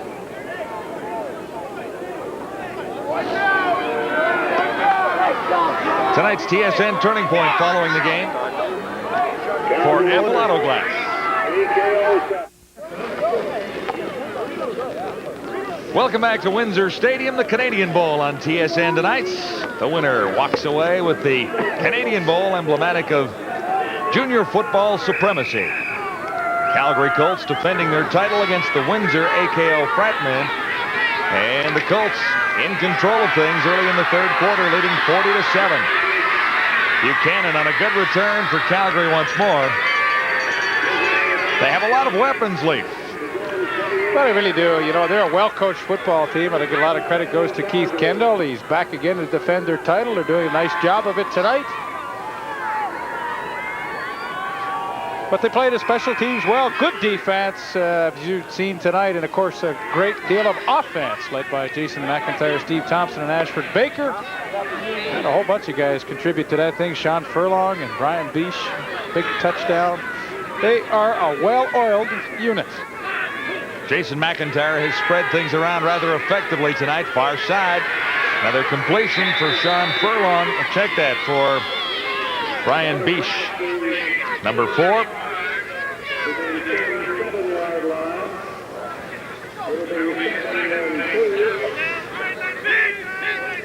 9:53 remaining in the third quarter. One other thing about the Calgary Colts, they have had a pretty stingy defense in recent times.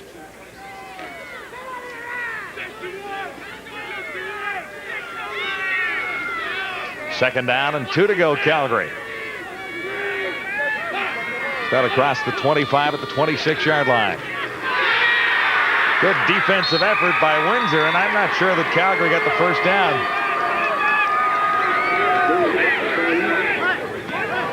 Well, they've been able to do that tonight on second and short. The one time Calgary had success, they went to the play action, but that time Aronio D'Agostini, number 57, really plugged up things in the middle, and they don't even come close to that first down, and Calgary will have to give up the football. D'Agostini, defensive tackle, he is their best player on defense, along with number 13, Bill Lefebvre, who I thought in a losing cause so far tonight has played great. Block kick. Through for the block. Another chance for Windsor. Touchdown. That is Darren Lalonde, number 27. All right. 2 in a row. An 18-yard touchdown after the blocked kick on Stu Perry. A little more life in the old ball yard now, Lee. Yeah, you betcha. Let's go spread. Well, it's early enough that there is a glimmer of hope for the Windsor Fratmen, and Stu Perry just takes a little too long to get that punt off. Good snap, and it's blocked by whomever. But I think Bill Stockwell might have got through that time. Well, that's a pretty good guess. I know that Darren Lalonde picked it up and motored into the end zone. So Windsor, a couple of touchdowns here in the third quarter. And another 2-point convert try. LaChance himself for 2 more. Hit on the line, but he bounced in. Go AKO.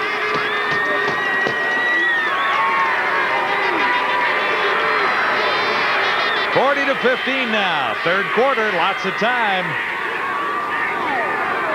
Rick Lachant's not known for his running, but at 6'2" at 216 pounds, he's a pretty powerful guy to bring down. And he saw the opportunity there. The hole opened up, so he just decided he would take off. He gets the 2 points, and the crowd here at Windsor Stadium has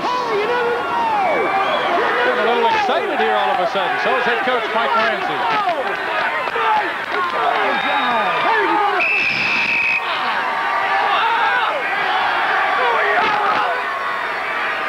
8:59 to go, third quarter. Colts on the return. And well covered on special teams by Windsor that time, forcing Calgary to begin back near the 30. Well, listen, they trail by 25, 8:53 remaining in the third quarter, and you talk about key points in a football game. I think after the second touchdown now being scored in this quarter, see if Windsor can play a little tight defense here and make this game a little more interesting. 1st and 10, Calgary at the 31.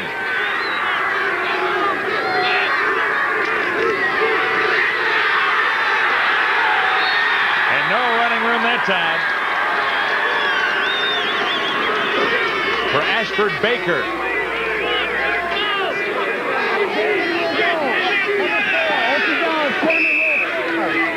Hey, I want Thompson or Baker, man by Churro.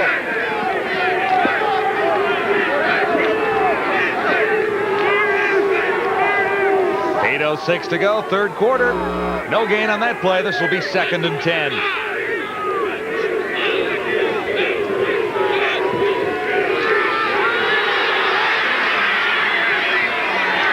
And a big hole opens up for Steve Thompson. Well, this is why Calgary is the defending champions coming into this football game. Just when it looks as though the Windsor Fratmen start to build a little momentum, Calgary comes right back with the draw to Stevie Thompson. He is now at 19 carries, 125 yards for the evening. And just when Windsor thought they had him backed up, Calgary gets themselves out of some trouble. 1st and 10 now, Calgary from the 51. McIntyre over the middle, open receiver, and a big gain inside the 35. Mark Hershey comes up with a big catch. Lots and lots of weapons for the Calgary Colts. Well, not the prettiest pass you're ever going to see, but a good job by Mark Hershey, 6'1", 200 pounds, a good target for Jason McIntyre to find downfield, and he does so rather niftily, and Bill LaFave makes the tackle, but Calgary once again putting a pretty nice drive together. The thing they do nicely is, they mix it up well. I mean, that's good. You know, you run the draw, now you come back and you hit the guy down the seam. And then you hit the guy to the outside. I like it. Sean Furlong making another catch. Furlong has been a big factor tonight. Yeah, they look pretty smooth, Calgary. They're a tough team. Windsor certainly finding that out here. 7 yards, make that 8. Gain of 7. 2nd and 3. 6:48 to go. 40-15, the Colts lead and threaten to add to that total. Windsor scored 2 touchdowns in a row in the third quarter. Calgary scored all the touchdowns in the first half. McIntyre hit as he throws. Picked out. Another turnover goes in favor of the Windsor AKO Fratmen. And just when it looked a little more dismal, a big interception. McIntyre was hit. Charles Curry will come up with the interception. Right there, tip ball, and I'll tell you, they don't tip that ball and pick it off. He's got Sean Furlong so wide open downfield, so how quickly things can change, and a penalty tacked on, and the Windsor Fratmen once again not only breathe a sigh of relief, but have an opportunity to try and get back in this game in the third quarter. I don't think Charles Curry was going to get all the way. Oh, I would have liked to see that, though. How about this for Windsor, though? 1st and 10 to go from the 52 with a penalty infraction. More flags happen now. Air it out. You got a free one here, Rick. LaChance looking deep. No catch. In behind the pole there, and I'm not so sure who it was intended for. But the penalty will be offside to Calgary, so it was a free one for Rick LaChance.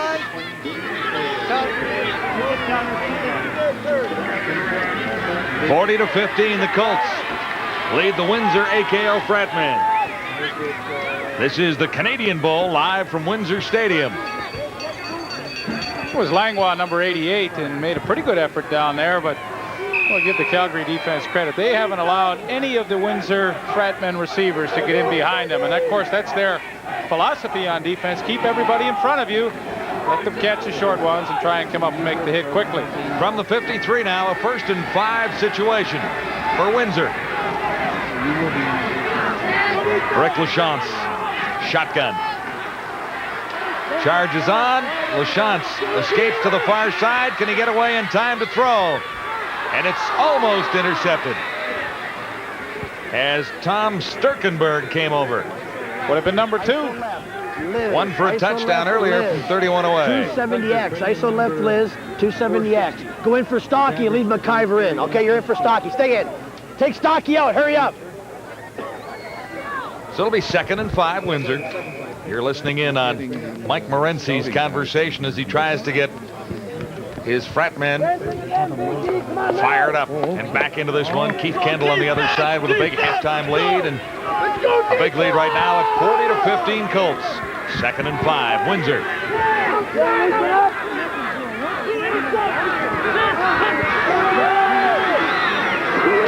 Big charge. This time it is intercepted. Picked off by Craig Berger. Safety Craig Berger stalls the Windsor AKL Fratmen once more. So with 5 minutes to play in the 3rd quarter, Calgary leads the way 40-15. Another turnover going against the hometown Fratmen. All right, we're going to win this one, baby. We're number 1. Welcome back to Windsor Stadium. I'm John Wells along with Leif Pedersen and Peter Watts. We're here for the Canadian Junior Football Championship. The Canadian Bowl tonight on TSN. Pretty good exhibition by the Calgary Colts in particular. And Windsor, a couple of quick turnovers away from getting back into this game. Lots more spirit for the Fratmen. Second half, they have 2 touchdowns. A lot more spirit, but just when it looks like they may try and squeak back into this football game, Calgary comes up with the big play. Craig Berger with the interception right there, and he affords Jason McIntyre and his potent offense pretty good field position. Steve Thompson once more, and Thompson gets in across the 45 to the 43. Well, he's not a big guy, you know. He's only 5'9" and 170 pounds, but tremendous footwork as he comes through the line, always looking for the quick little opening, and you get a look at 5'9", 175. He runs a lot bigger than 5'9", does he not? I would say so. This is 2nd and 2 from the 43. Up high, and the catch is made just inside the 20-yard line. Sean Kelly. That one floated a little bit, but Kelly was able to turn around and make the catch. The nice thing for the Calgary Colts is, you know, like most teams run to set up that run again on 2nd and 2, but they kind of do it backwards. They run, pick up the 8, and then when you think they're going to run again, they decide to throw it on 2nd and 2. And, of course, all night they've really had the Windsor defense off balance with their good execution. From the 19 now. 1st and 10, Calgary.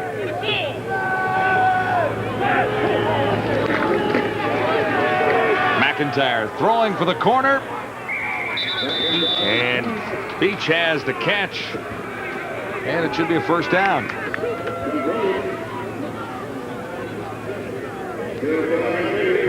First and goal. 3:43 to go in the 3rd quarter. 40-15 Calgary. And they rule that out of bounds, I guess, Lee. Hard to see down in that darkened corner.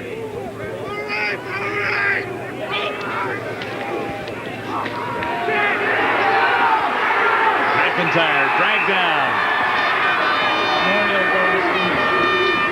Honorio D'Agostini, who his head coach, Mike Morency, claims is the best defensive player that he has had all season long, comes up with another good one tonight. He's had a couple of great plays on short yardage situations where he stuffed the hole, and there you see at 6', 220 pounds, he has the quickness to chase down the Calgary quarterback, Jason McIntyre, and record, I believe, the first sack of the night for the Windsor defense. It is the first sack of the night, and it forces Calgary out of touchdown range and into a field goal try. Hey, now, Stu Perry's got a strong leg. This is from 44 into the wind. This should be interesting.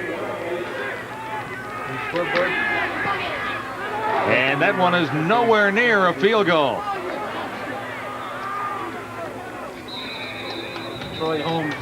Troy Holmes on the return. Windsor holds Calgary out of the end zone one more time in the third quarter with 2:34 to go. Third quarter, Calgary leads the way, 40-15. Calgary leading Windsor in the Canadian Junior Football Championship. The commissioner of the league, Pete Sawchuk, out of Winnipeg, joins us now. He's in our broadcast location. Snuggle in here, Peter. We'll have a chat. From the 11-yard line, Windsor starting out on this drive, and there is nowhere to go there. And all of a sudden, it opens up. Big first down. Troy Zalay coming out, and that really is a big play for Windsor, getting out of the area of the shadow of the goalpost. Well, it's not their forte to run the football. Of course, when you're backed up like this, you really have no alternative but to try and run, and he bounces off the first hit and makes a nice move to get upfield and get them out of trouble. Commissioner, nice turnout here for this one tonight. It sure is. It's nice to see, and you people are doing a heck of a job of putting on the game. I think Calgary there is, they're a heck of a club, and AKO are a little intimidated, but I think they're coming around now. Well, experience is a big factor in something like this, and in junior football you don't get that experience very often. Calgary is the defending champion. That's right, and you know that Prairie Junior League is notorious for having back alley football players, and they're tough, and you can see that out there today. Really has been the strength of Canadian junior football over the years. The Eastern teams have not won very many championships in recent times. No, that's right. But like I say, I think maybe AKO have realized now that they probably can play with this club. And who knows? They might just come back. You never know in football. You never know, Pete, but it seems to be a bit of a long way back at this point in time. However, Windsor has scored the only 2 touchdowns of the second half so far. That's right. See what they do on this drive now.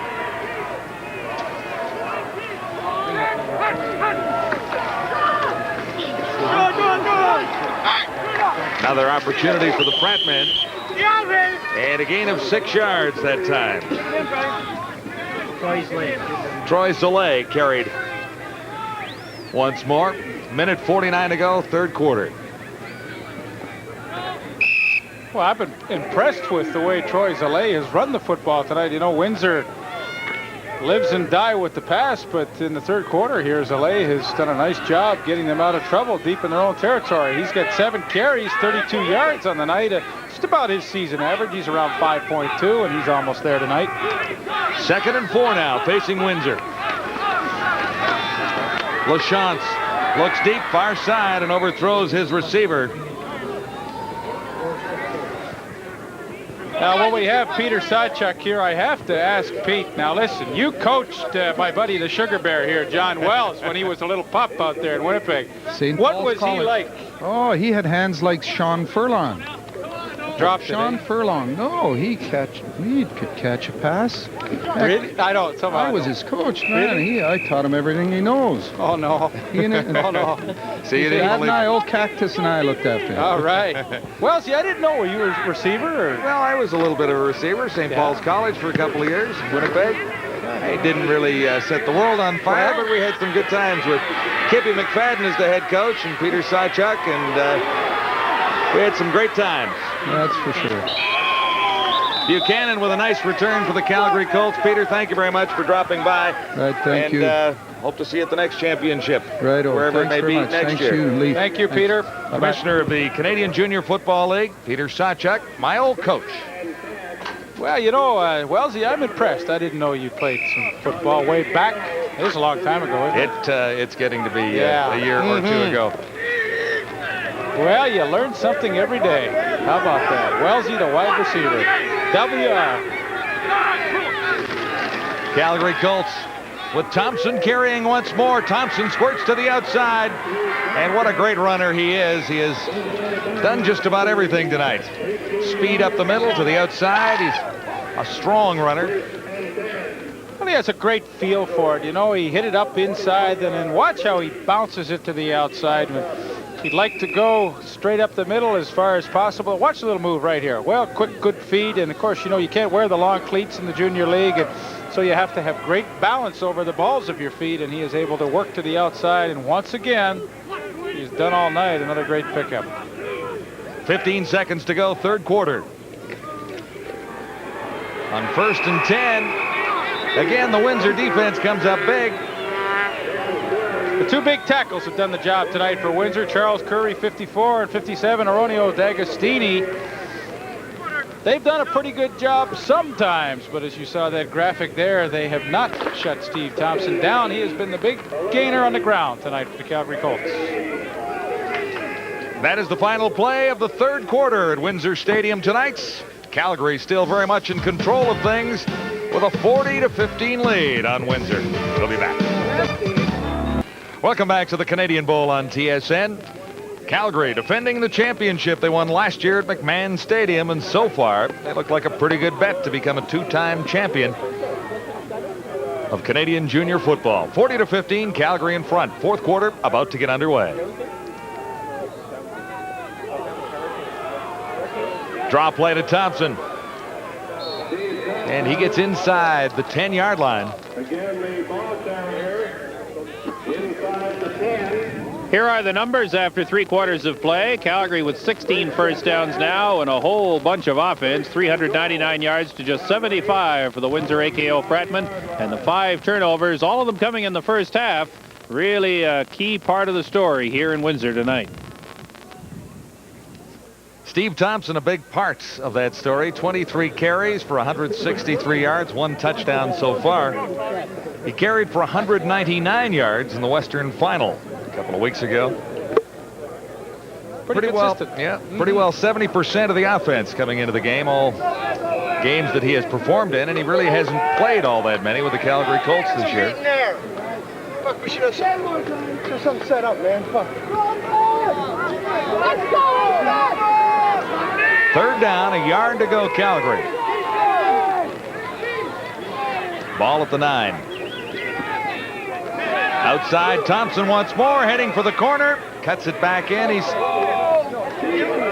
on the 1. Picking up first down yardage. They're able to seal off the outside of the Windsor Fratmen defense so quickly that by the time Thompson hits the line of scrimmage, you know, there's really nobody with a hand on him, so he's going to get at least 5 or 6 yards every time they go outside. Finally bring him down just short of the goal line, but Ashford Baker, I don't think he gets enough credit. The blocking he does from that fullback spot, it seems like every time Thompson has a great run, Baker has made a great block to spring him loose. Jason McIntyre at quarterback. First and goal to go from about the 2. This is Thompson, easily in for a touchdown. One more for Thompson. And he closes in on the 200-yard mark as well. So much for the comeback. So much for the comeback, yes. Pretty easy. There's another good block by Baker, and Steve Thompson with the easy trip into the end zone, and the Calgary Colts just pour it on. Well, you have to admire a player like Ashford Baker. I certainly do, because he was the main running back in the scheme of things till September when Steve Thompson decided to come back and play again for the Calgary Colts. So Ashford Baker moved to the fullback spot where he wouldn't handle the football so much. He did it gracefully, and he's done a nice job helping out his buddy have a lot of yardage tonight. 47-15 now with 13:29 to play in the fourth quarter. This is the Canadian Bowl on TSN. Kentucky, kind of like what you see here. Yeah, the guys are playing really, really well. Despite the cold weather and everything, they're making all the blocks and executing really good. So, going to bring another one home, I think. It's been a long drive for you to come up here. What kind of a road trip is this for you? Well, my team, we had a bye this weekend. It was about a 12-hour drive, 11-hour drive, and I came up with a friend, teammate of mine. I couldn't miss the game, so I had to come up and watch my boys play. And you got to get a long drive home. You got to leave almost after the game to get back for a meeting. Yeah, we have a meeting tomorrow back in Kentucky, so I have to be back. I can't miss it. So nice to have the chance to say hello to your folks. Yeah, I have to say hi to my mom, my dad, and say hi to Tanya and Frankie and everybody else back in Calgary. I'll see you all real soon. Perfect. Thanks for coming by. Good to see you. All right, thanks a lot. Okay, guys. Calgary Colts have built up a pretty strong junior football operation over the last few years. They were 6-2 through the regular season. Of course, won the championship last year. Windsor AKO Fratmen have done a good job of putting on this Canadian Bowl here in Windsor at Windsor Stadium. In all fairness, John, to Windsor, I mean, they are really outgunned in this game. There's no question about that. But I'd like to just reiterate a comment that we made earlier, that their head coach, Mike Morency, felt that next year really would be their year. And this season, they were way ahead of schedule. So, I think they have nothing to be disappointed about. Next year is the year that they're really gunning for, and this year is a bonus. Nice return going for Manny Guadario as he gets out into the midfield area. Out near the 50-yard line. The Calgary Colts, 44 yards in 6 plays, all of them along the ground. And Steve Thompson gets his second touchdown of the evening. Almost 170 yards now and 2 touchdowns for number 33. 13-17 to play, fourth quarter. 1st and 10 to go for Windsor. Beginning this drive at the 50. Good field position for the Fratmen. From the shotgun, LaChance looks deep, too deep, picked off. Sturkenberg had an interception for a touchdown earlier. This one is not going to go quite that far, but a great return for Sturkenberg nonetheless. One interception return for a touchdown, almost had another one earlier. And a 39-yard return as he picked off LaChance that time. This is really the strength of the Calgary secondary. They like to sit back in a deep zone coverage and read the quarterback and then react to the football. And this is the second time that Tom Sturkenberg has done it so well. The first time, as John said, an interception. This time a 39-yard interception. The first one, rather, for a touchdown. But Calgary, well, they've had everything pretty much their own way. 47-15 on the scoreboard right now, favoring the Colts. And another Calgary first down at the 39. Well, Peter Watts has had a busy night down there on the sidelines. He's still waiting for that Chinook to come in from Calgary he was looking for last week when we were out there. And it's not coming. I think it did come through about 1 o'clock this afternoon. 1 it o'clock was lovely last in Wednesday. Windsor. Living in Calgary now, Peter's used to a shift and a change in the weather. God's country, Chinook or no Chinook. We have a moment here, gentlemen. A lot of telegrams sent to the Colts, and some of them were read during the team's pregame meal today. Premier Don Getty, Judge Joe Kriska of Calgary, who's now in the Canadian Sports Hall of Fame, and a bunch more. And I think that the telegrams, I'm told, had quite an impact on the youngsters who were getting themselves ready to play in this game. And clearly the messages have been taken to heart because the Colts have played very, very well. Very talented young football team. 1st and 10 Calgary now at the Windsor 39.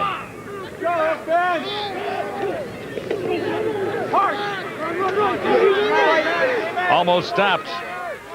And a chance to break away for Scott Diebert, who is in place of Ashford Baker. Well, this is nice for some of the other guys to get some playing time here. The game's certainly well in hand, and Scott Diebert gets a chance to show a national audience what he can do at the running back spot, and he did a nice job bouncing out to the outside, and pretty nice gain on that play, about 8 yards. Watch here, he hits it up. It's designed to go off tackle, but it's all plugged up, and he bounced it to the outside. Even Sean Furlong, number 2, the wide receiver, gets a block downfield to help him out. They mark it a gain of 7 yards. This is 2nd and 3, and the pitch comes to the near side this time. Diebert once more, and this time he's dragged down from behind. by Alex Gardario, number 59. Must be Manny's brother. I think he might be. 11:47 to play. Fourth quarter. The guests have not been kind to the hometown team tonight. They have beaten up on the Windsor Fratmen.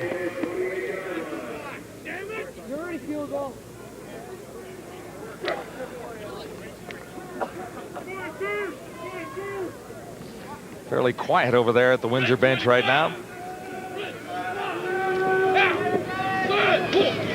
First and 10, Calgary. And Thompson still in the ball game, very much in evidence all night long. He's down to the 25. Gain of 3 yards that time. Okay, let's go Okie down, Okie down. Let's go double dog right, double dog right. Cover 1, double dog right, 1. I would anticipate as a double dog would be a double blitz. A couple of inside linebackers probably coming with cover 1, usually indicating man coverage in behind that. Let's go red.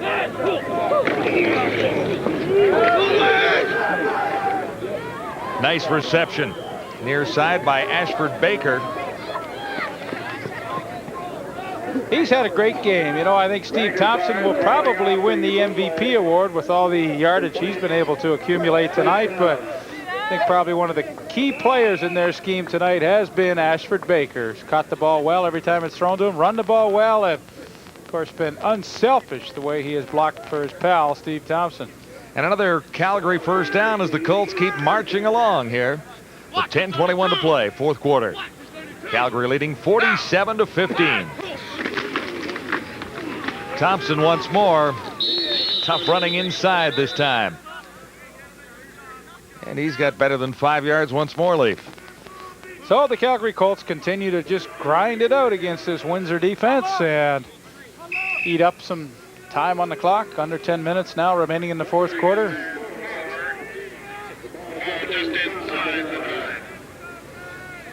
Pretty nice evening for Steve Thompson. If they leave him in, no doubt we'll get 200 yards, which would be a nice accomplishment in a national championship game. This from the 9-yard line, 2nd and 4. Thompson, the fake that time, took the fake, and the pass was intended for Brian Besh, rather. Well, that's the nice thing Jason McIntyre's been able to do all evening. You know, run the football successfully and then work the play action off it. And he had Beachy open. I think we've said his name about 4 different ways tonight, haven't we? I'm not sure what it is anymore. I think it's Besh. I think that's what I was really trying to say. I'm just playing off you, you know. You say Beachy, I'll say Beachy. My apologies, Brian. Third down. His mom will be mad. 4 to go, yes. And a field goal try as that one goes off the post, or off the upright there.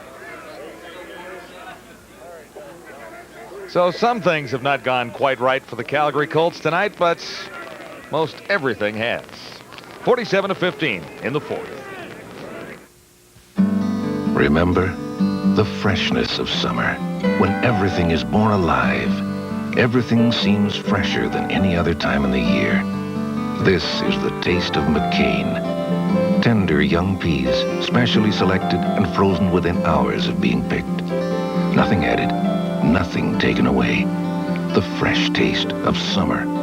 Not just a memory, a year-round promise from McCain. 8:57 to go in the fourth quarter, and Calgary comfortably in control of this 1990 Canadian Junior Football Championship for the Canadian Bowl. Are you sure? I would say 47-15 is comfortable. Very comfy. Home and cool.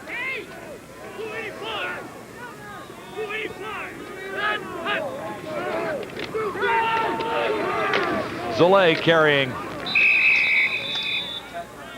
And Pepper was in on the tackle that time. Boy, when you look through the list in the Canadian Football League, there's an awful lot of players who have come through this junior football program in Canada. Ken Avrare, Brad Fawcett, Scott Flagel, Steve Howlett, Brian Ullabrun, Dan Johnston, Gerald Roper, Patrick Wayne. All members of the Ottawa Rough Riders, I guess with the exception of Ken Avrare, who is now a Hamilton Tiger Cat. But that's only the Rough Riders mentioned here. Canadian junior football has produced some tremendous linebackers throughout the league. You know, I look like guys like Patrick Wayne and Larry Ruck with the Edmonton Eskimos.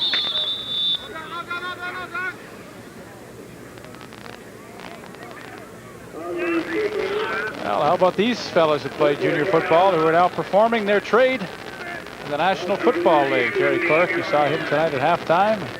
Tommy Kane, a fine wide receiver, starting with the Seattle Seahawks. Brian Ford in his first year with the New Orleans Saints, along with Ian Beckles in his first year with the Tampa Bay Buccaneers. A great tribute to the talent in Canadian junior football and the kind of players that people like Keith Kendall have been able to produce and send on to the pro ranks.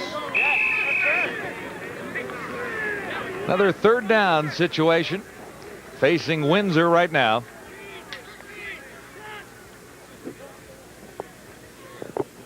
Al Paskaric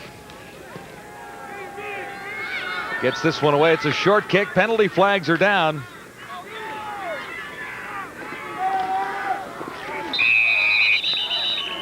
James Buchanan on the return.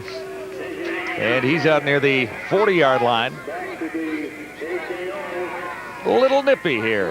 What a great excuse to get in there for a little snuggle and a hug, eh?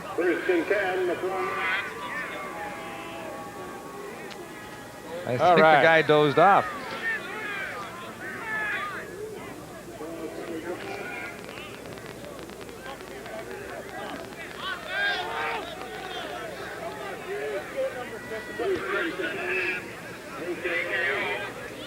Looked like Windsor had too many men on the field, so it'll be a first down. Or Calgary had too many men on the field. Well, they listened to you, folks.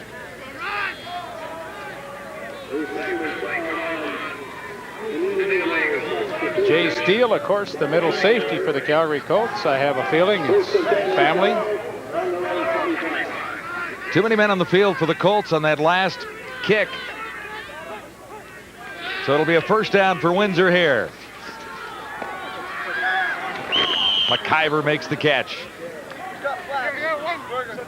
He's short of the first down, stopped near the 30.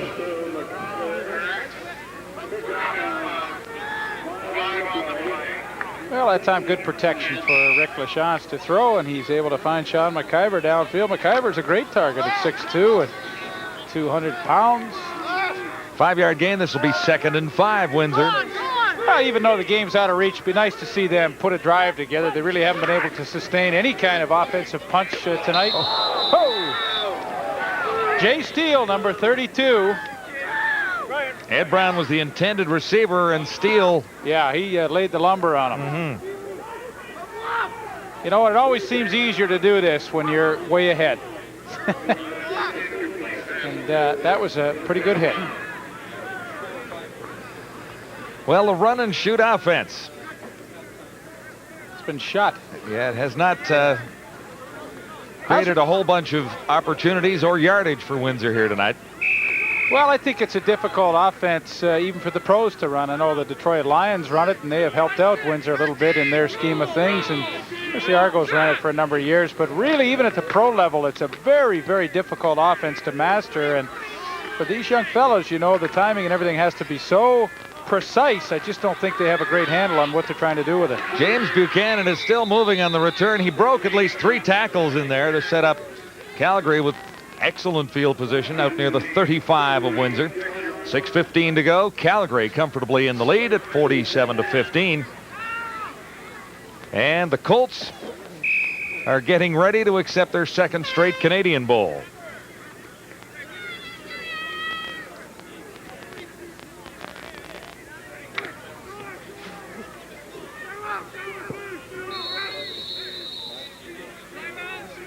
.6:01 to play. 4th quarter.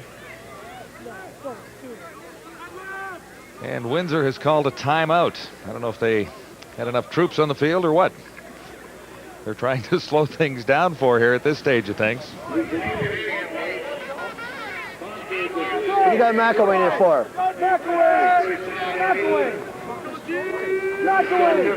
Put him in for a second.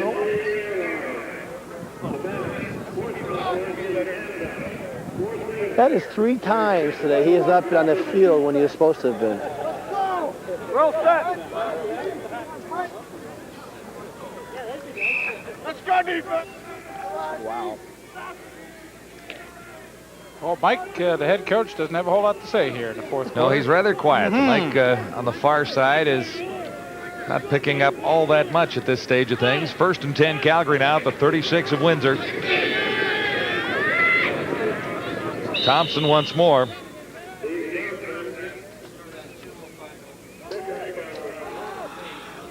Lefebvre on the tackle again, and we've said that a time or two tonight. Bill Lefebvre has had pretty good evening. Now Jason McIntyre is out on the sidelines for the moment anyway. Lyle Fee is in at quarterback once more. McIntyre was shaken up in the first half. Fee came in at a point. And now Fee is back in. Thompson carrying once more as he just continues to add to his total.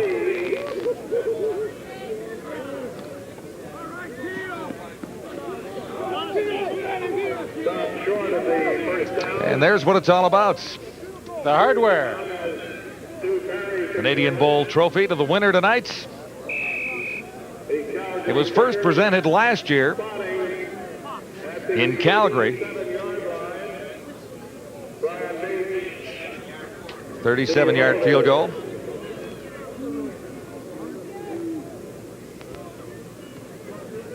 Stu Perry batting .500 tonight.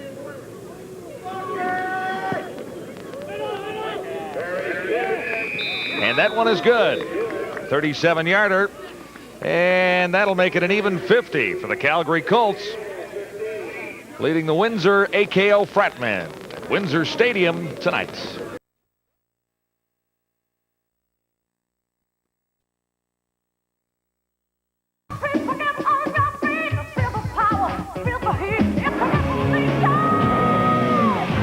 Chrysler, all you have to do is drive one.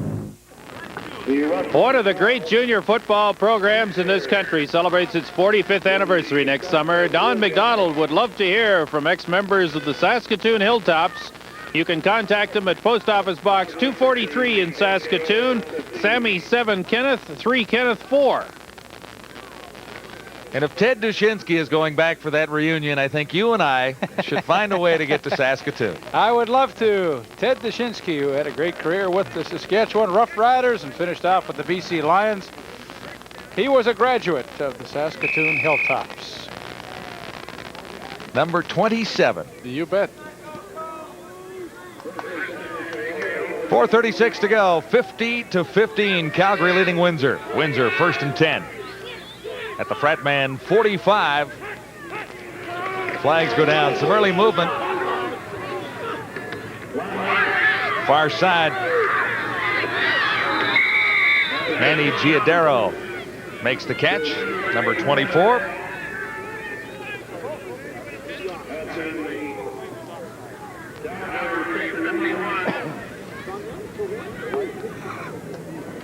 Offside, Windsor.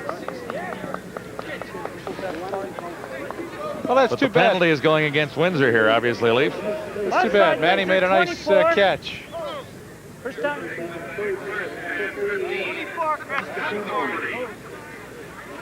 4:16 remaining now. It'll be 1st and 15 for Windsor.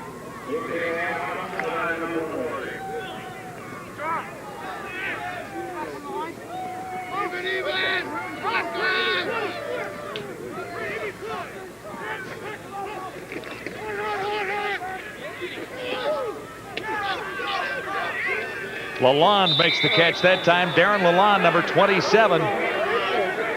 And it was 1st and 15, so he is about halfway to a first down.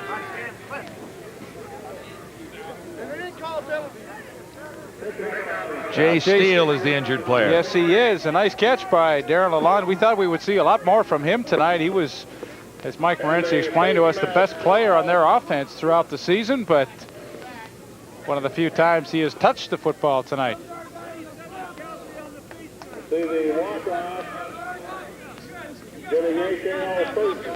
And the penalty is going against Calgary. It looks like face masking.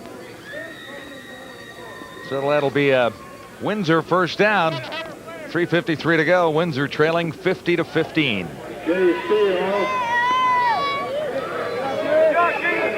This is the second Canadian Bowl, but the 82nd Canadian Junior Football Championship. So what they've really done is, in 1989, they've changed trophies. It's now known as the Canadian Bowl. Come on, that story kind of tells it all right there. Steve Thompson way ahead of the entire offensive output of the Windsor Fratmen tonight. Lalonde couldn't hang on to that one. Flags were down.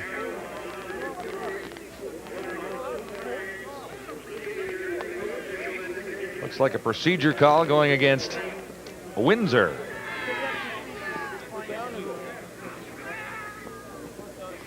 Procedure, Windsor decline, second down.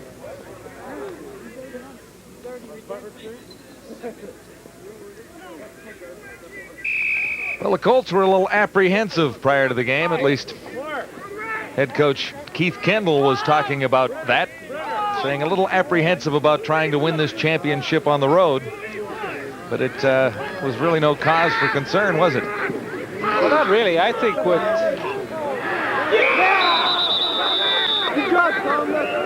Lalonde from LaChance.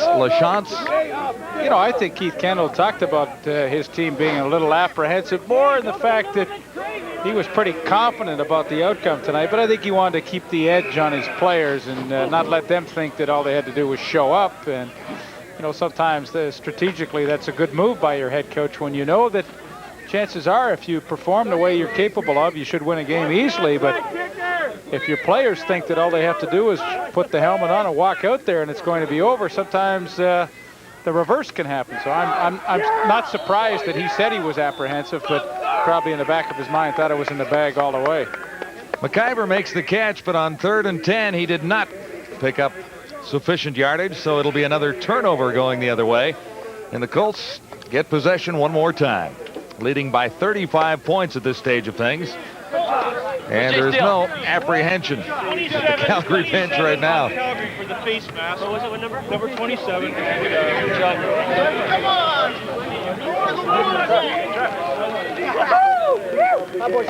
That has played a bit of a part in this thing. I think the turnovers a little overrated maybe in this game. Calgary would have won the game without all those turnovers by the Windsor Fratmen, I'm sure. What a haul. Scott Diebert into the ball game late and getting a few yards, so he'll go into the record book. It's actually, he's had a couple of carries already. 2:25 to go. 50-15, Calgary.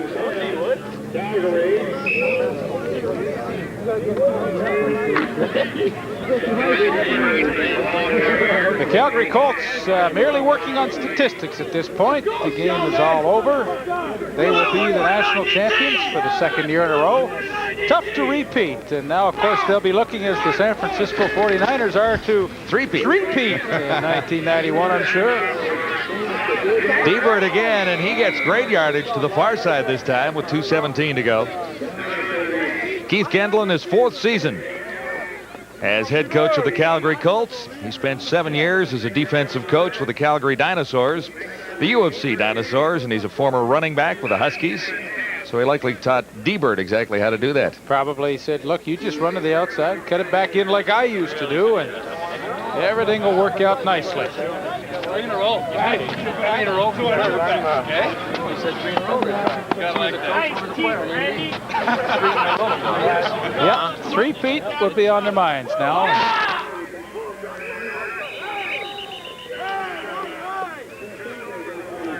Penalty flags down. Just a 1-yard gain. Procedure call against Calgary. Said the guards are moving. Okay, Should thank our spotter, Terry Bell. Hi, Mom! It's okay, Coach. You're allowed to have a little fun.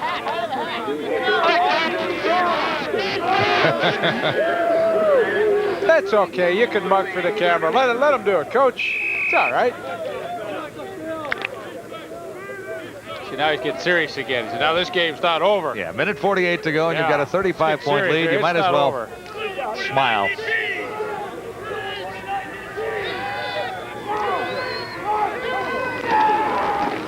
Lyle Fee in the pitch, bobbled in the backfield.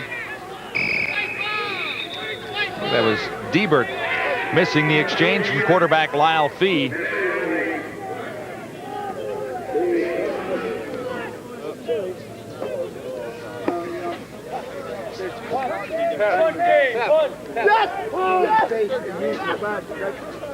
So a minute 31 to go, Leaf.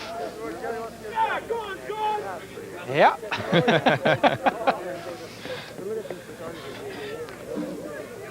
Well, I must admit, I was hoping it would be a little closer than this, but a lot of credit goes to Calgary. They have just simply overwhelmed the Windsor Fratmen.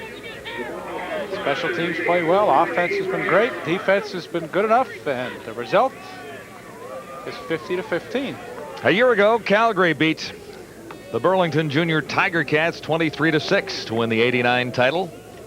And the Colts are the only team with their name on the Canadian Bowl. The trophy was introduced last year, so they'll put ditto under it for 1990 and ditto, yeah. Award the trophy to Keith Kendall and company a few moments from now. Minute 31 to go, unofficially on the clock with a 50-15 lead. And really, this game has not been in doubt for a long time. Oh, no, it hasn't. And I think, you know, to repeat in sports is at any level is so difficult, and so many things have to go your way. And I think the fact that the Calgary Colts were able to go into Regina, and the Regina Rams had beaten them twice during the regular season, to go into Regina and win that game probably set the tone for the rest of their season. After that, they got by Surrey, Thunder Bay. Yeah. But I think that was probably the key game. If you look back and talk to Coach Kendall, he would say that to go into Regina, which is perennially a powerhouse, and to go in there to their own backyard, beat them, and get on the road to the Canadian final, I think that's what the game that would to turn things around for them. You talked about repeating, and it's always a little more difficult in junior and collegiate sports, where your graduation factor is always there. And you have to build the team carefully and try and peak at the right time, and to win 2 in a row is a little more difficult than doing it in the pros. Well, that's a good point. And I mean, you're always losing players to university and to age requirements. You can't turn 23 in the year that you're playing. So, you know, once they're past 22, your chances are you're going to lose a number of guys. So your turnover ratio can be pretty high in junior football.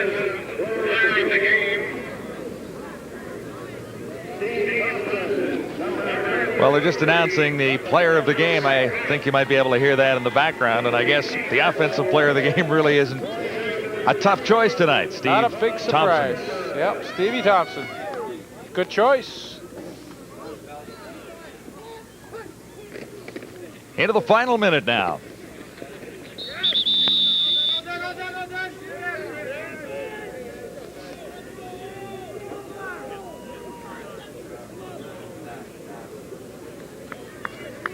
Windsor had a similar route to this Canadian championship, having to beat London to advance out of the conference, and that was after London had a better record on the season. They knocked off London, then St. Hubert in the Eastern final, Ottawa in a semifinal to get this far. But I guess when you talk about junior football in Canada these days, really the power does seem to be in the West, although the Eastern teams are getting a little bit stronger. But it has been a few years since an Eastern team has advanced to the Canadian final and won, and that was the Ottawa Sooners back in 1984. So a long time between titles for Eastern teams at the Canadian junior level.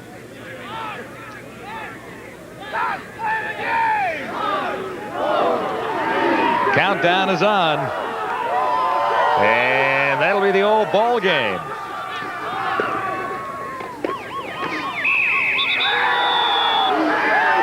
Calgary Colts are the champions once more.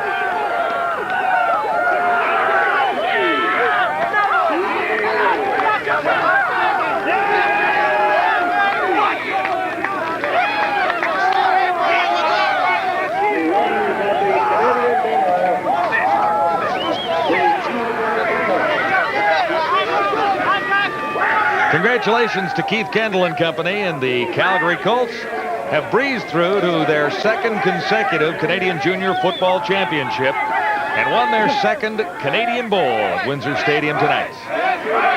Well, that's great. You know, a championship at any level is a special thing for all those involved, and to the Calgary Colts, our congratulations. 2 times in a row, that's tremendous. Windsor AKO Fratmen were definite underdogs coming into the game. The coach definitely knew that. Mike Morency said that there's only one way that we can win this ball game tonight, and we need a big night from quarterback Rick LaChance, and it just didn't happen. No, it didn't. Didn't happen offensively, in spite of the fact that the defense in the early moments of the game and at a stage in the third quarter as well, Leaf, were able to slow down the Calgary progress a little bit. Once Calgary got rolling, there was really no stopping this football team from the West. It looked as though Windsor might be able to make a game of it in the third quarter, but Calgary just too strong on offense and defense, and slowly they took back any momentum Windsor was able to generate early in the third quarter. And you know, part of the game that I love to see the most is right there with the players shaking hands, and when it's all over, I mean, you fight tooth and nail to beat the other guy, and there's Ashford Baker rather. He had a great game, but after it's all over, shake hands and say hello to your competitor. You gotta like it. Baker, 3 carries for 63 yards and 1 touchdown. That's not a bad night, but he was overshadowed by his running back. To make the presentation. Time now for the TSN Turning Point. It's brought to you tonight by Apple Auto Glass. It was a little bit of a slow start for the Calgary Colts, but they got a turnover, marched in towards the Windsor end zone, and on this 5-yard pass from Jason McIntyre to Ashford Baker, they got on the scoreboard, and from there it was a rout. 50-15, the final score. The Calgary Colts win the Canadian Bowl for the 2nd straight year. A cash donation will be made to the Coaching Association of Canada for the training and development of Canadian coaches in amateur sport on behalf of TSN and Apple Auto Glass. Saves you money on stone chip windshield repairs. 50-15, the Calgary Colts win the Canadian Bowl. And we'll have more from Windsor Stadium when we come back. Stay with us.